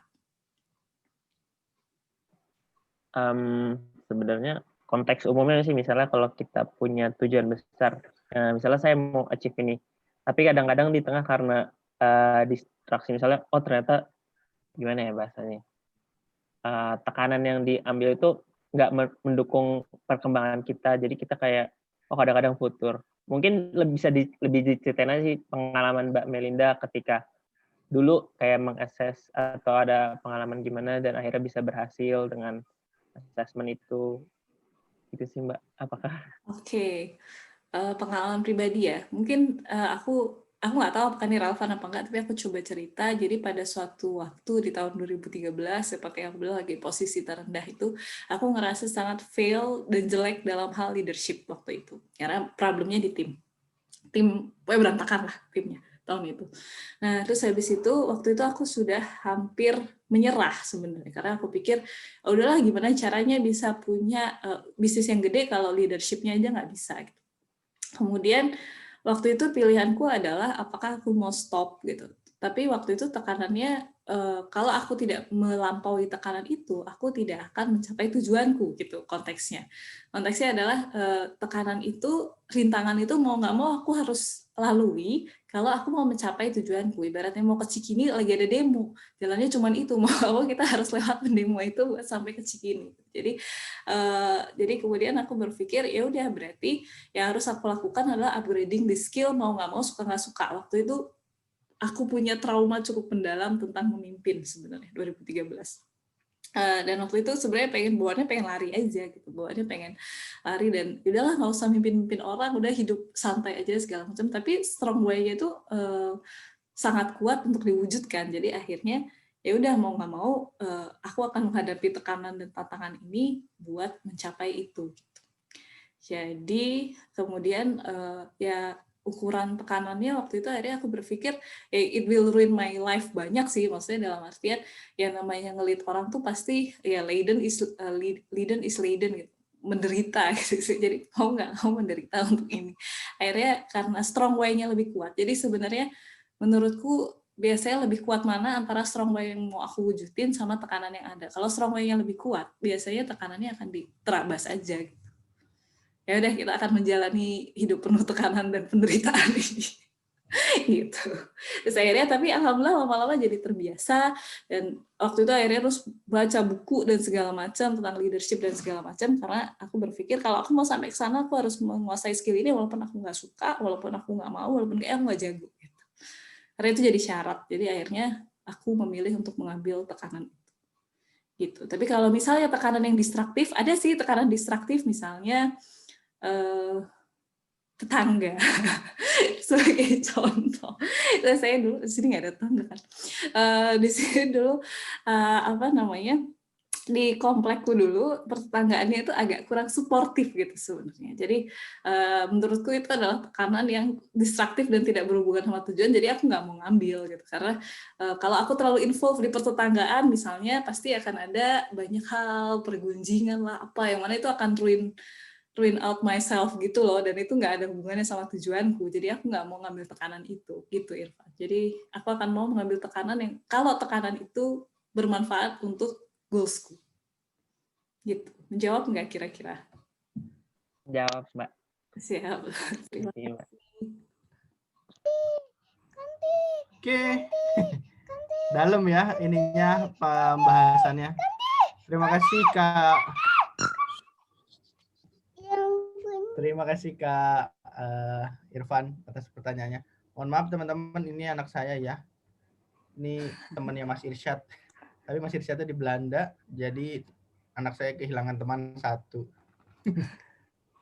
Oke, ada lagi nih Kak Mel, 2 lagi pertanyaannya, dikebut saja langsung. Kak, gimana sih cara kita agar disiplin dan konsisten untuk menjalankan apa planning, rencana. Ya. Kalau ya untuk Mbak Hanifah gimana caranya konsisten menjalankan rencana. Jadi pada dasarnya namanya rencana itu pasti kita gampang lupa, apalagi terdistract dengan banyak hal di dalam hidup ini. Jadi gimana caranya biar konsisten adalah dengan di track tiap hari. Jadi bolak-balik dilihat. Misalnya kemarin ada ikut kelas resolusinya Mas Ari gitu ya, bikin resolusi. Aku sendiri sampai sekarang misalnya kayak di tengah bulan gitu, lupa gitu. Resolusi kemarin apaan ya gitu. Terus dibaca lagi. Oh ya ini ternyata.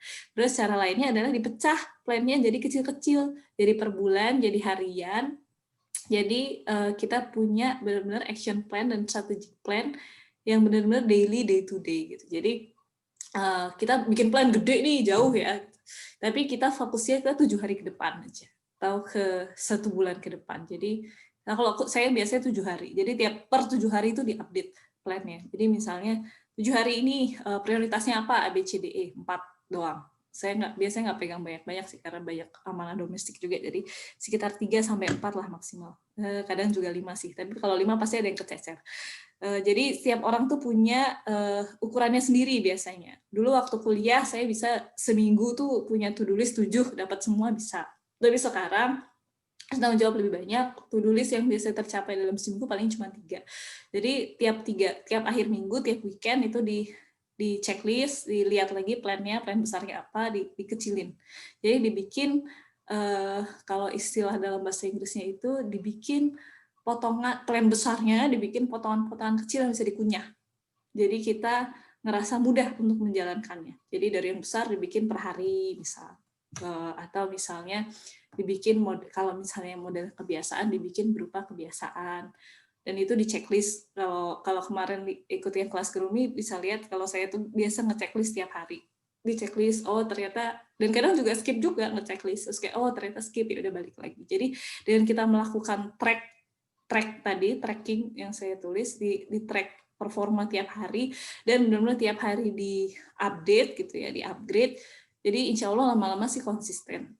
Nah itu emang PR, karena ngebentuk habit nge-track itu juga PR sendiri gitu. Tapi memang harus terus-menerus dilakukan, dan saya juga bisa punya habit gini adalah setelah melakukan itu sejak 2014-an kayaknya, 2015. Misalnya lagi turun lagi gitu terus. Gitu sih Mbak Hanifah. Jadi emang harus di tracking, dan harus skalanya harus harian, rencananya harus harian biar nge-tracknya gampang. Gitu. Ini luar biasa loh Kak Mel ini. Bener-bener setiap hari tuh di list, di checklist, ya Allah. Saya ngurusin keuangan keluarga gitu ya, kadang-kadang nulis pengeluaran, pemasukan setiap hari aja tuh paling cuma bertahan 5 hari, habis itu skipnya nggak sebentar, sebulan, terus mulai lagi gitu. Tapi ini Kak Mel luar biasa ininya, bisa tahan per hari sehari-harinya gitu. Mudah-mudahan kita bisa niru Kak Mel. Lanjut nih pertanyaan terakhir nih Kak Mel. Wah, Mas Irsyad, maaf ya Mas Irsyad, satu lagi aja. Dari Kak Nadia Hairunisa. Mbak, saya orang yang suka banget belajar, Masya Allah. Suka baca buku juga. Tapi ya gitu, ngerasa kayak ngendap aja ilmunya. Pengen bisa lebih bermanfaat, tapi nggak tahu apa yang harus dimulai. Minta tips dong Kak, untuk bisa lebih berimpact atau ilmunya lebih bermanfaat. Karena kadang-kadang stuck di aksi, ilmunya dapat tapi aksinya nggak ada. Sepertinya Kak Melnya lagi nemenin Mas Irsyad, dan saya tadi ngomong sendiri.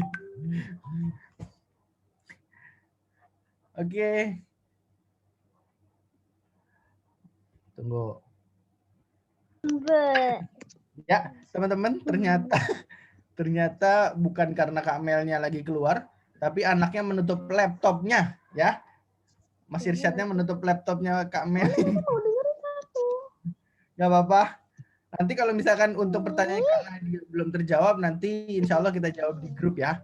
Gitu, karena sepertinya anaknya lagi rungsing. Maklum, umurnya sudah 4 tahun.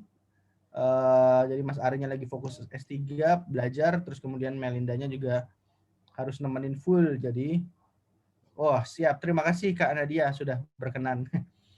Oke teman-teman semua, terima kasih nih sudah mengikuti materi sampai dengan sesi, sampai dengan pukul di jam saya ya, di jam saya 17:40.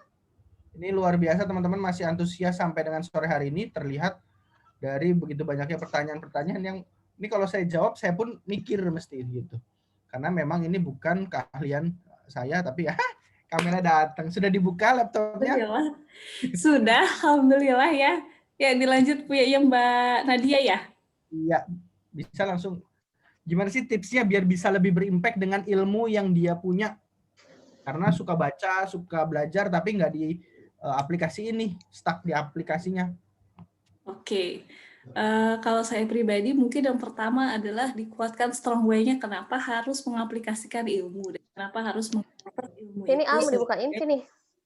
sebagai action, sebagai suatu hal. Kalau saya sendiri percaya bahwasanya di setiap ini kita tidak belajar itu juga akan dimintai pertanggungjawaban, kita berilmu juga akan dimintai pertanggungjawaban.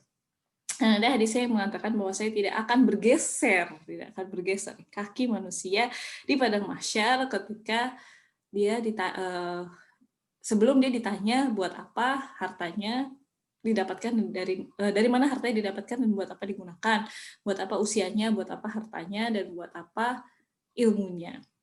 Jadi di situ saya sendiri setiap kali mendapatkan ilmu, saya selalu merasa bahwa itu adalah sebuah tanggung jawab dan juga privilege karena nggak semua orang bisa mendapatkan ilmu tersebut misalnya.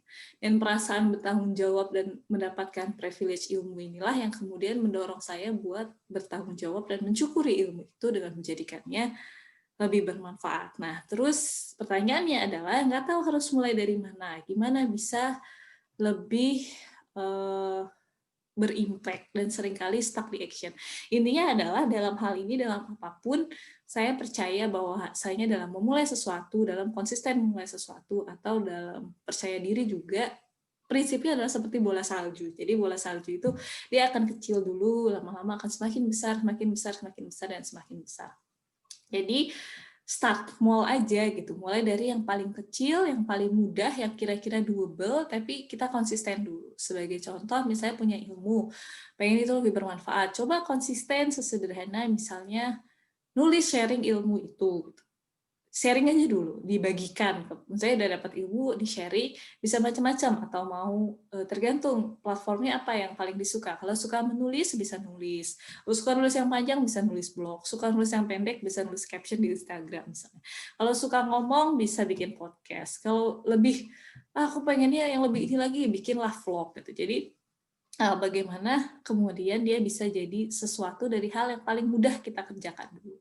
Nah, kalau udah mudah, udah terbiasa tuh, udah terbiasa misalnya dari ilmu yang kita punya, kita sharing, kita biasa nulis, terus kita mau upgrade, gimana ilmu ini bisa jadi sesuatu, kita coba create. Kalau misalnya dalam taksonomi Bloom tentang ilmu gitu ya, tentang belajar, tahap pertama memorizing, mengingat, analyzing, terus synthesizing, dan yang terakhir itu kayak synthesizing atau creating gitu. Dari ilmu itu kira-kira bisa jadi apa ya, bisa dibikin apa ya, dan pasti misalnya ilmunya banyak nggak terus semua akhirnya bisa jadi apa ya, nggak bisa semua terus tiba-tiba kita bikin rangkumannya atau apa. Nah, pilih yang paling menggerakkan kita dulu, pilih yang benar-benar buat kita itu kayak ini tuh paling meaningful buat aku, jadi aku pengen share ini.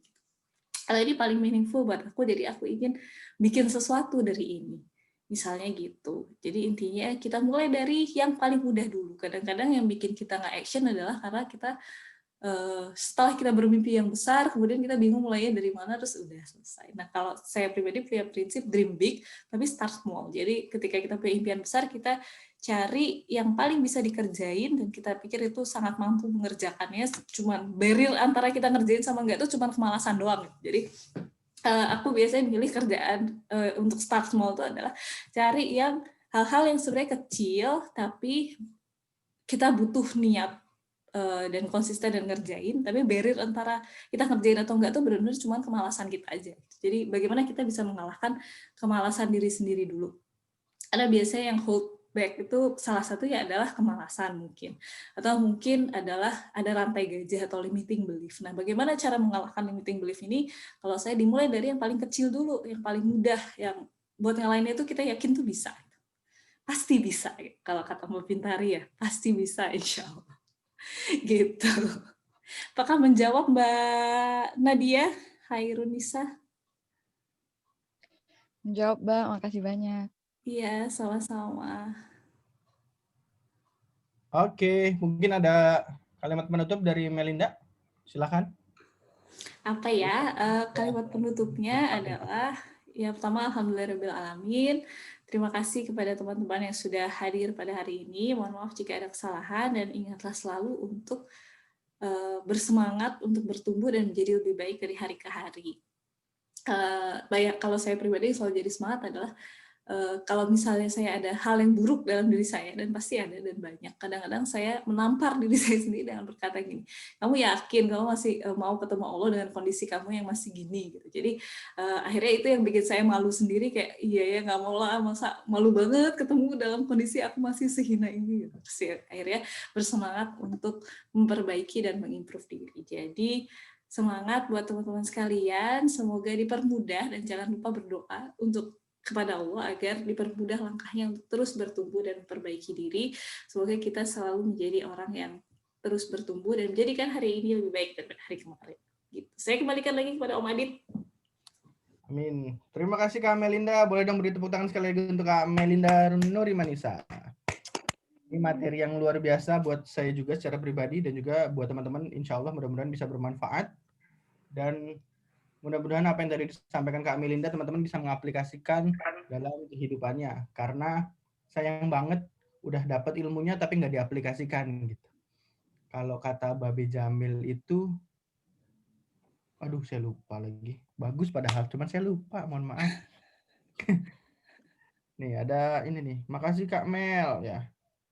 Please share di YouTube dong Kak. Siap. Insya Allah. Makasih Kak Mel, nggak pernah bosan buat denger sharing dari Kak Mel. Wih, alhamdulillah. Insya Allah, alhamdulillah, bismillah. Kak Mel. Oke, terima kasih teman-teman semua sudah hadir.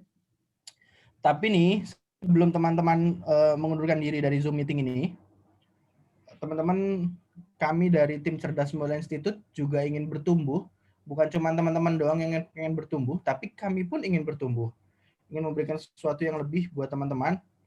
Nah, untuk itu saya mau dong teman-teman untuk bisa membuka kolom chat box ya. Aku akan mengirimkan. Sebelum masuk ke situ, aku ingin ngajak teman-teman dulu untuk buka www.menti.com. Mohon izin teman-teman, yuk kita buka dulu www.menti.com.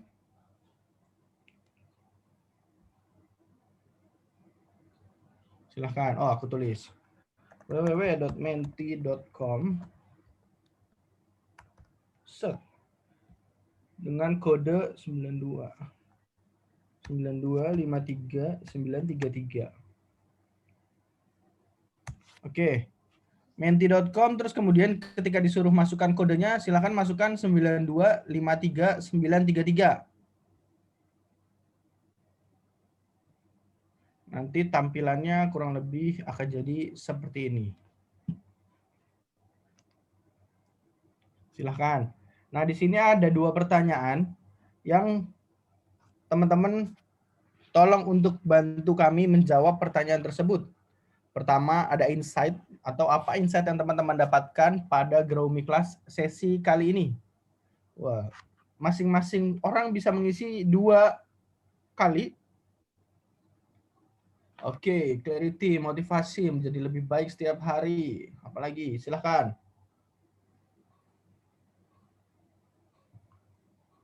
Yo.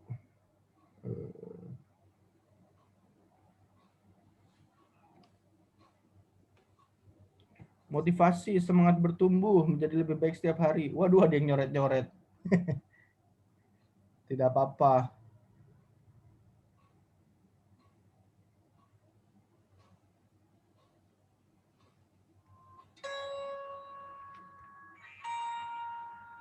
Motivasi, reminder tentang strong why.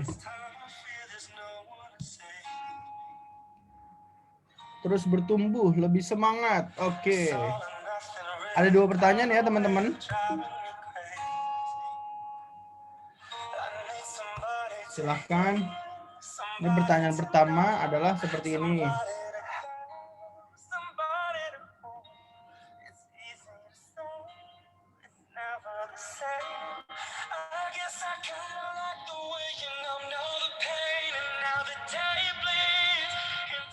Terus bertumbuh, semangat bertumbuh, lebih semangat. Masya Allah. Oke, lanjut saja teman-teman ke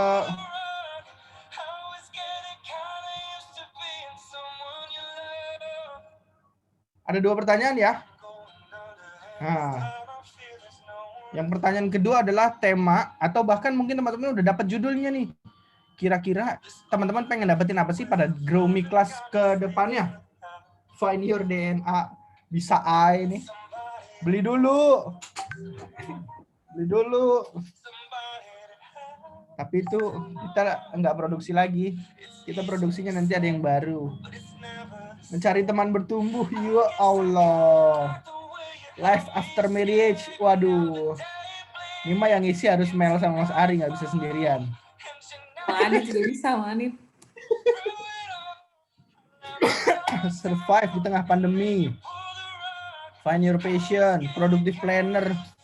Lah, beli aja buku kita. Ya, salah satu kunci produktivitas saya adalah produktif planner dari Om Adit. Ada di sini tuh kan. Dia selalu ikut kemanapun. Sampai habis dikirim lagi dari Indo. Apapun judulnya ngikut, ya Allah. Siapa ini yang nulis? Apa? Apapun judulnya ngikut. Oh iya, tadi ada satu tips yang agak lupa ngomong, tapi gara-gara produktif planner jadi ingat. Saya selalu menghitung kematian setiap hari, hitung mundur hari, menyadari bahwa setiap hari kita berkurang, begitu pula lah semakin panjang kain kafan dipintal. Ya. Itu kata-katanya Mas Gibran, Fisherin. Jadi buku Productive Planner memang didesain dipesan. Kita mengikuti Young Trainer Academy. Salah satu kuncinya. Ya. Salah satu kunci action yang lupa disampaikan adalah saya selalu menghitung setiap hari berkurang tuh jatah hidupnya berkurang berapa gitu. Jadi semakin lama semakin semakin sedikit. Gitu. Jadi feel of urgensinya jadi semakin besar. Kata Kalinda, yuk dipesan. Bisa Ini kita nggak jualan teman-teman, tenang aja. Iya. Kita nggak jualan. Bercanda itu. Boleh Mbak Rai katanya ada banyak pertanyaan, boleh WA nggak? Boleh, WA aja. Nanti grupnya lanjut Q&A boleh. Benar, Oke teman-teman semua, terima kasih. Saya izin stop share ya. Ya, terima kasih atas masukannya teman-teman semua. Mudah-mudahan ini kita tampung terlebih dahulu. Dan doakan Grow Me Class ini bisa berlanjut sampai kita meninggal dunia. Lanjut dong sampai kita meninggal, semoga ada yang terusin gitu Om. Betul sekali ya. Nah, sebelum saya minta tolong teman-teman untuk bantu kami mengisikan mengisikan form evaluasi, ada informasi sedikit yang akan kami sampaikan dari tim Cerdas Mulia Institute. Yang pertama adalah kami dari Cerdas Mulia Institute insya Allah dalam waktu dekat akan membuka satu program yang ini mungkin teman-teman udah pernah ikutin di luar atau bahkan belum sama sekali. Namanya adalah Grow Me Incubation Program. Ya, Grow Me Incubation Program. Itu kapan waktunya? Nanti dipantengin aja Instagram kita, Cerdas Mulia Institute. Lalu kemudian yang kedua, dalam waktu dekat juga, insya Allah kami akan melaunching satu produk juga, satu program juga, bukan satu produk, satu program dan juga satu produk dari Cerdas Mulia Group, yaitu apa hayo kepo enggak? Yaitu Lifebook Tuh kan? Happy Life Guidebook. Nah, maaf. Happy Life Guidebook teman-teman semua. Apa itu Happy Life Guidebook? Nanti aja ya. Pokoknya pantengin terus IG kita dari Cerdas Mulia Institute. Insya Allah kita akan melaunching dalam waktu dekat. Ada Grow Me Incubation Program dan juga ada Happy Life Guidebook Program. Apa itu? Tunggu saja tanggal mainnya. Insya Allah kita bulan depan, untuk Grow Me Class kita akan insya Allah mengadakan setiap minggu ketiga setiap bulannya. Ya, setiap bulannya, setiap minggu ketiga kita akan mengadakan dan grupnya akan satu itu aja. Kak, bukunya bisa e-book dong. Beong. Bisa, Mbak bisa. Aulia Kisti di Australia soalnya. Kita Oh, boleh. Boleh. Kalau yang di luar negeri boleh. Nah, itu tergantung Pak Bos Adit kalau itu. Bercanda saya. Ya, nanti insya Allah kita memang akan launching dalam bentuk hard maupun e-book. Ya. Wah, mantap. Baru denger nih saya, Om. Mudah-mudahan. Ya. Lalu kemudian apalagi mungkin ada informasi dari tim Cerdas Mulia Institute, ada Mbak Diah nih, si jaket kuning tapi bukan UI. Ada? Jadi mungkin untuk apa sih Grow Incubation Program ya, jadi memang akan launching dalam beberapa hari ke depan. Jadi teman-teman yang butuh nih apa sih Grow Incubation Program, yaitu sebuah program mentoring pengembangan diri. Jadi mungkin kalau teman-teman di sini mau menemukan value atau mungkin merancang tentang diri teman-teman, jadi teman-teman bisa banget untuk ikut kegiatan ini. Jadi stay tune terus di Instagram Cerdas Mulia Institute, dan di situ insya Allah kita akan ngasih informasi-informasi yang terupdate dari Cerdas Mulia Institute. Terima kasih. Oke. Sama yang nanya juga mau di mentoring Mbak Mel gimana? Nah, nanti ada wadahnya namanya Grow Me Incubation Program itu. Ya, insya Allah Grow Me Incubation Program akan dimentori langsung oleh Kak Melinda dan juga Kak Ari, ya. Mbak Melinda dan juga Mas Ari Rahmawan. Jadi mau bahas apapun, monggo. Saya nggak tahu programnya nanti seperti apa, kita lihat aja ya. Nah, terus pertanyaannya, Kak, ini berbayar nggak? Wih, iya dong, ya. Teman-teman. Ada tapinya. Tapinya apa? Ikutin aja IG kita ya, GCM, Cerdas Mulia Institute. Jadi kita infokan dari sekarang, ini programnya berbayar, tapi memang tidak cuman seminggu doang gitu ya, tidak cuma seminggu, mungkin ada beberapa minggu, dan juga kemudian bayarannya berapa Kak? Nggak nyampe 2 juta, nggak nyampe 3 juta, tenang aja ya. Saya juga nggak nyampe sih. Allah pengennya sih matoknya tinggi 5 juta gitu ya, tapi enggak lah, kita saudara, jadi mematok sesuatu yang insya Allah teman-teman bisa menjangkaunya. Agar apa? Karena tujuan kita dari Cerdas Mulia Institute adalah menanamkan nilai-nilai atau bukan mengembangkan, tapi memasarkan apa itu value cerdas mulia kepada banyak anak muda di Indonesia ini gitu. Karena banyak banget orang-orang yang mereka sudah merasa cerdas, tapi buat kami ada yang kurang nih gitu. Buat kami ada yang kurang, apa itu? Bisa jadi kemuliaannya kurang, tapi bisa jadi juga cerdasnya itu beda sama sesuatu yang kami pahami gitu. Nah, ini sesuatu yang kami pahami ini ingin kami sebarluaskan kepada banyak anak muda di Indonesia, khususnya terkait kecerdasan untuk selalu mengingat tentang kematian. Ya. Kan banyak tuh toolsnya ya, goalsnya itu, cuman toolsnya banyak. Nanti diikutin aja di IG Cerdas Mulia Institute.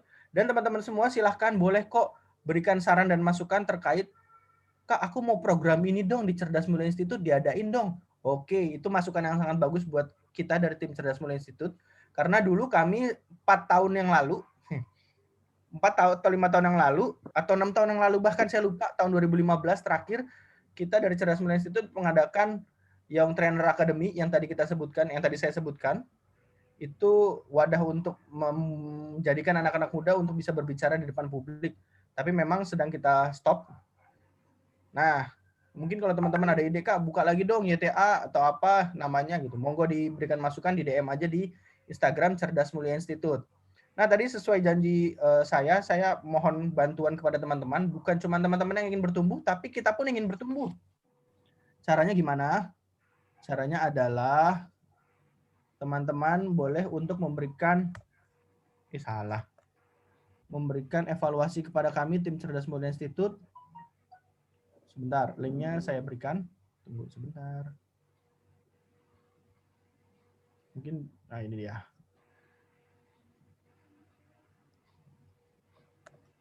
Silakan teman-teman bisa masuk ke link yang saya share di chat box. Kemudian dibantu untuk mengisikan evaluasi untuk kami dari tim Cerdas Mulia Institute bisa bertumbuh terus. Monggo, dipersilakan.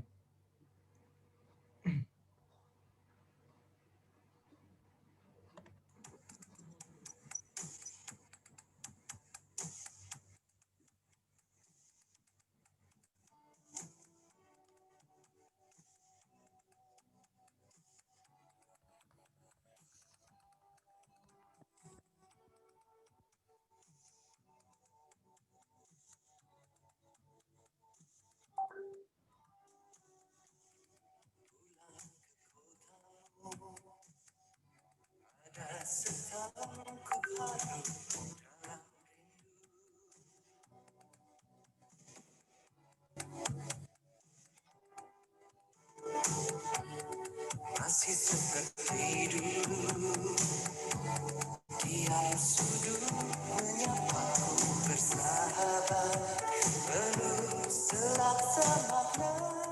Ini Kak Risa Aziz mesti tahu lagunya nih.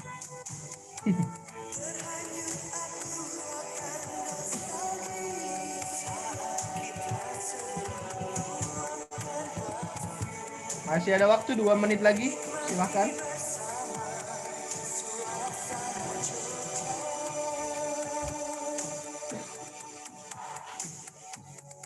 Di persimpangan langkahku terhenti,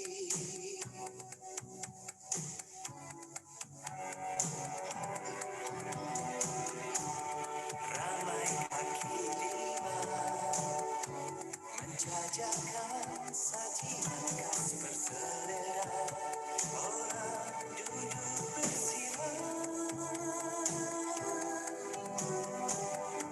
musisi jalanan mulai beraksi, seiring laraku kehilangan, merintisan di talan deru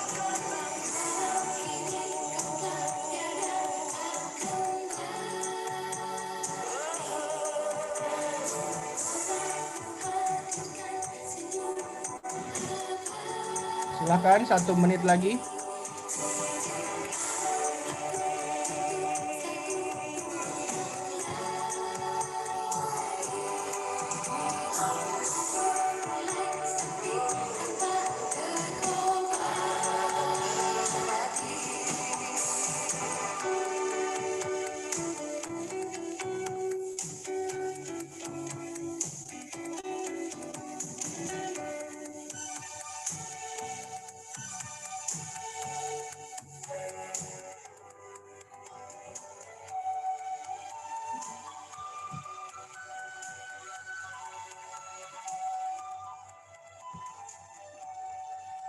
Baik teman-teman semuanya. Sayanya nggak ada, mohon maaf. Baik teman-teman semuanya, terima kasih sekali lagi saya ucapkan sudah mengikuti sesi ini sampai dengan akhir. Semoga apa yang kita lakukan, apa yang kita dapatkan materinya pada sore hari ini bisa bermanfaat buat kita semua. Dan juga teman-teman bisa mengaplikasikannya nanti di kehidupan setelah sesi ini berakhir. Sebelum kita tutup, yuk sama-sama kita berdoa agar apa yang kita dapatkan pada tadi bisa bermanfaat buat kita semua. Untuk itu saya persilahkan berdoa terlebih dahulu.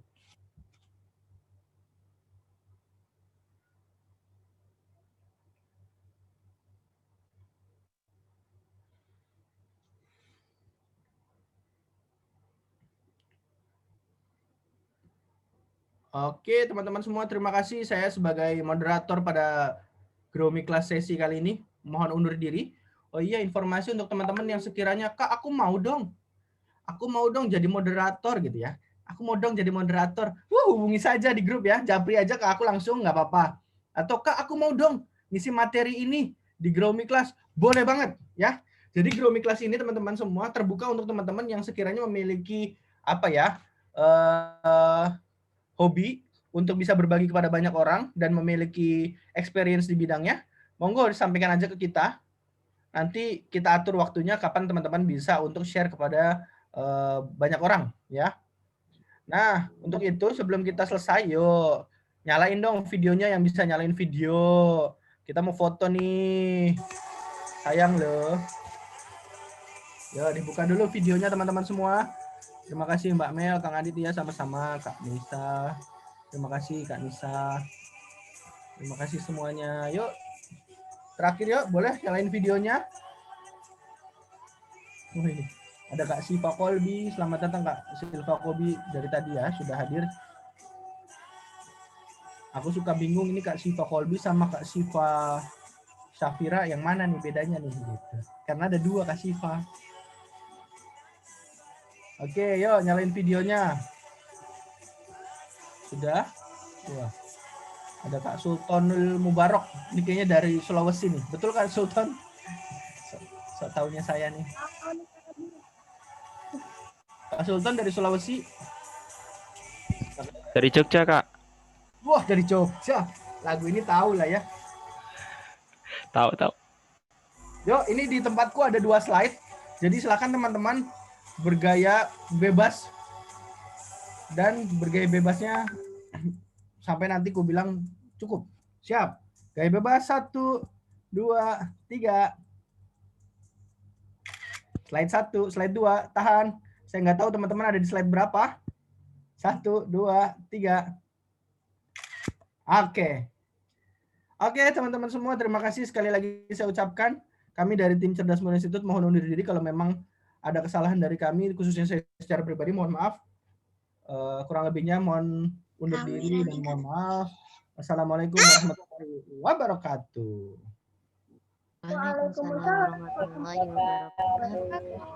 Terima kasih. Dadah. Terima kasih teman-teman. Terima kasih banget. Terima kasih, Kak.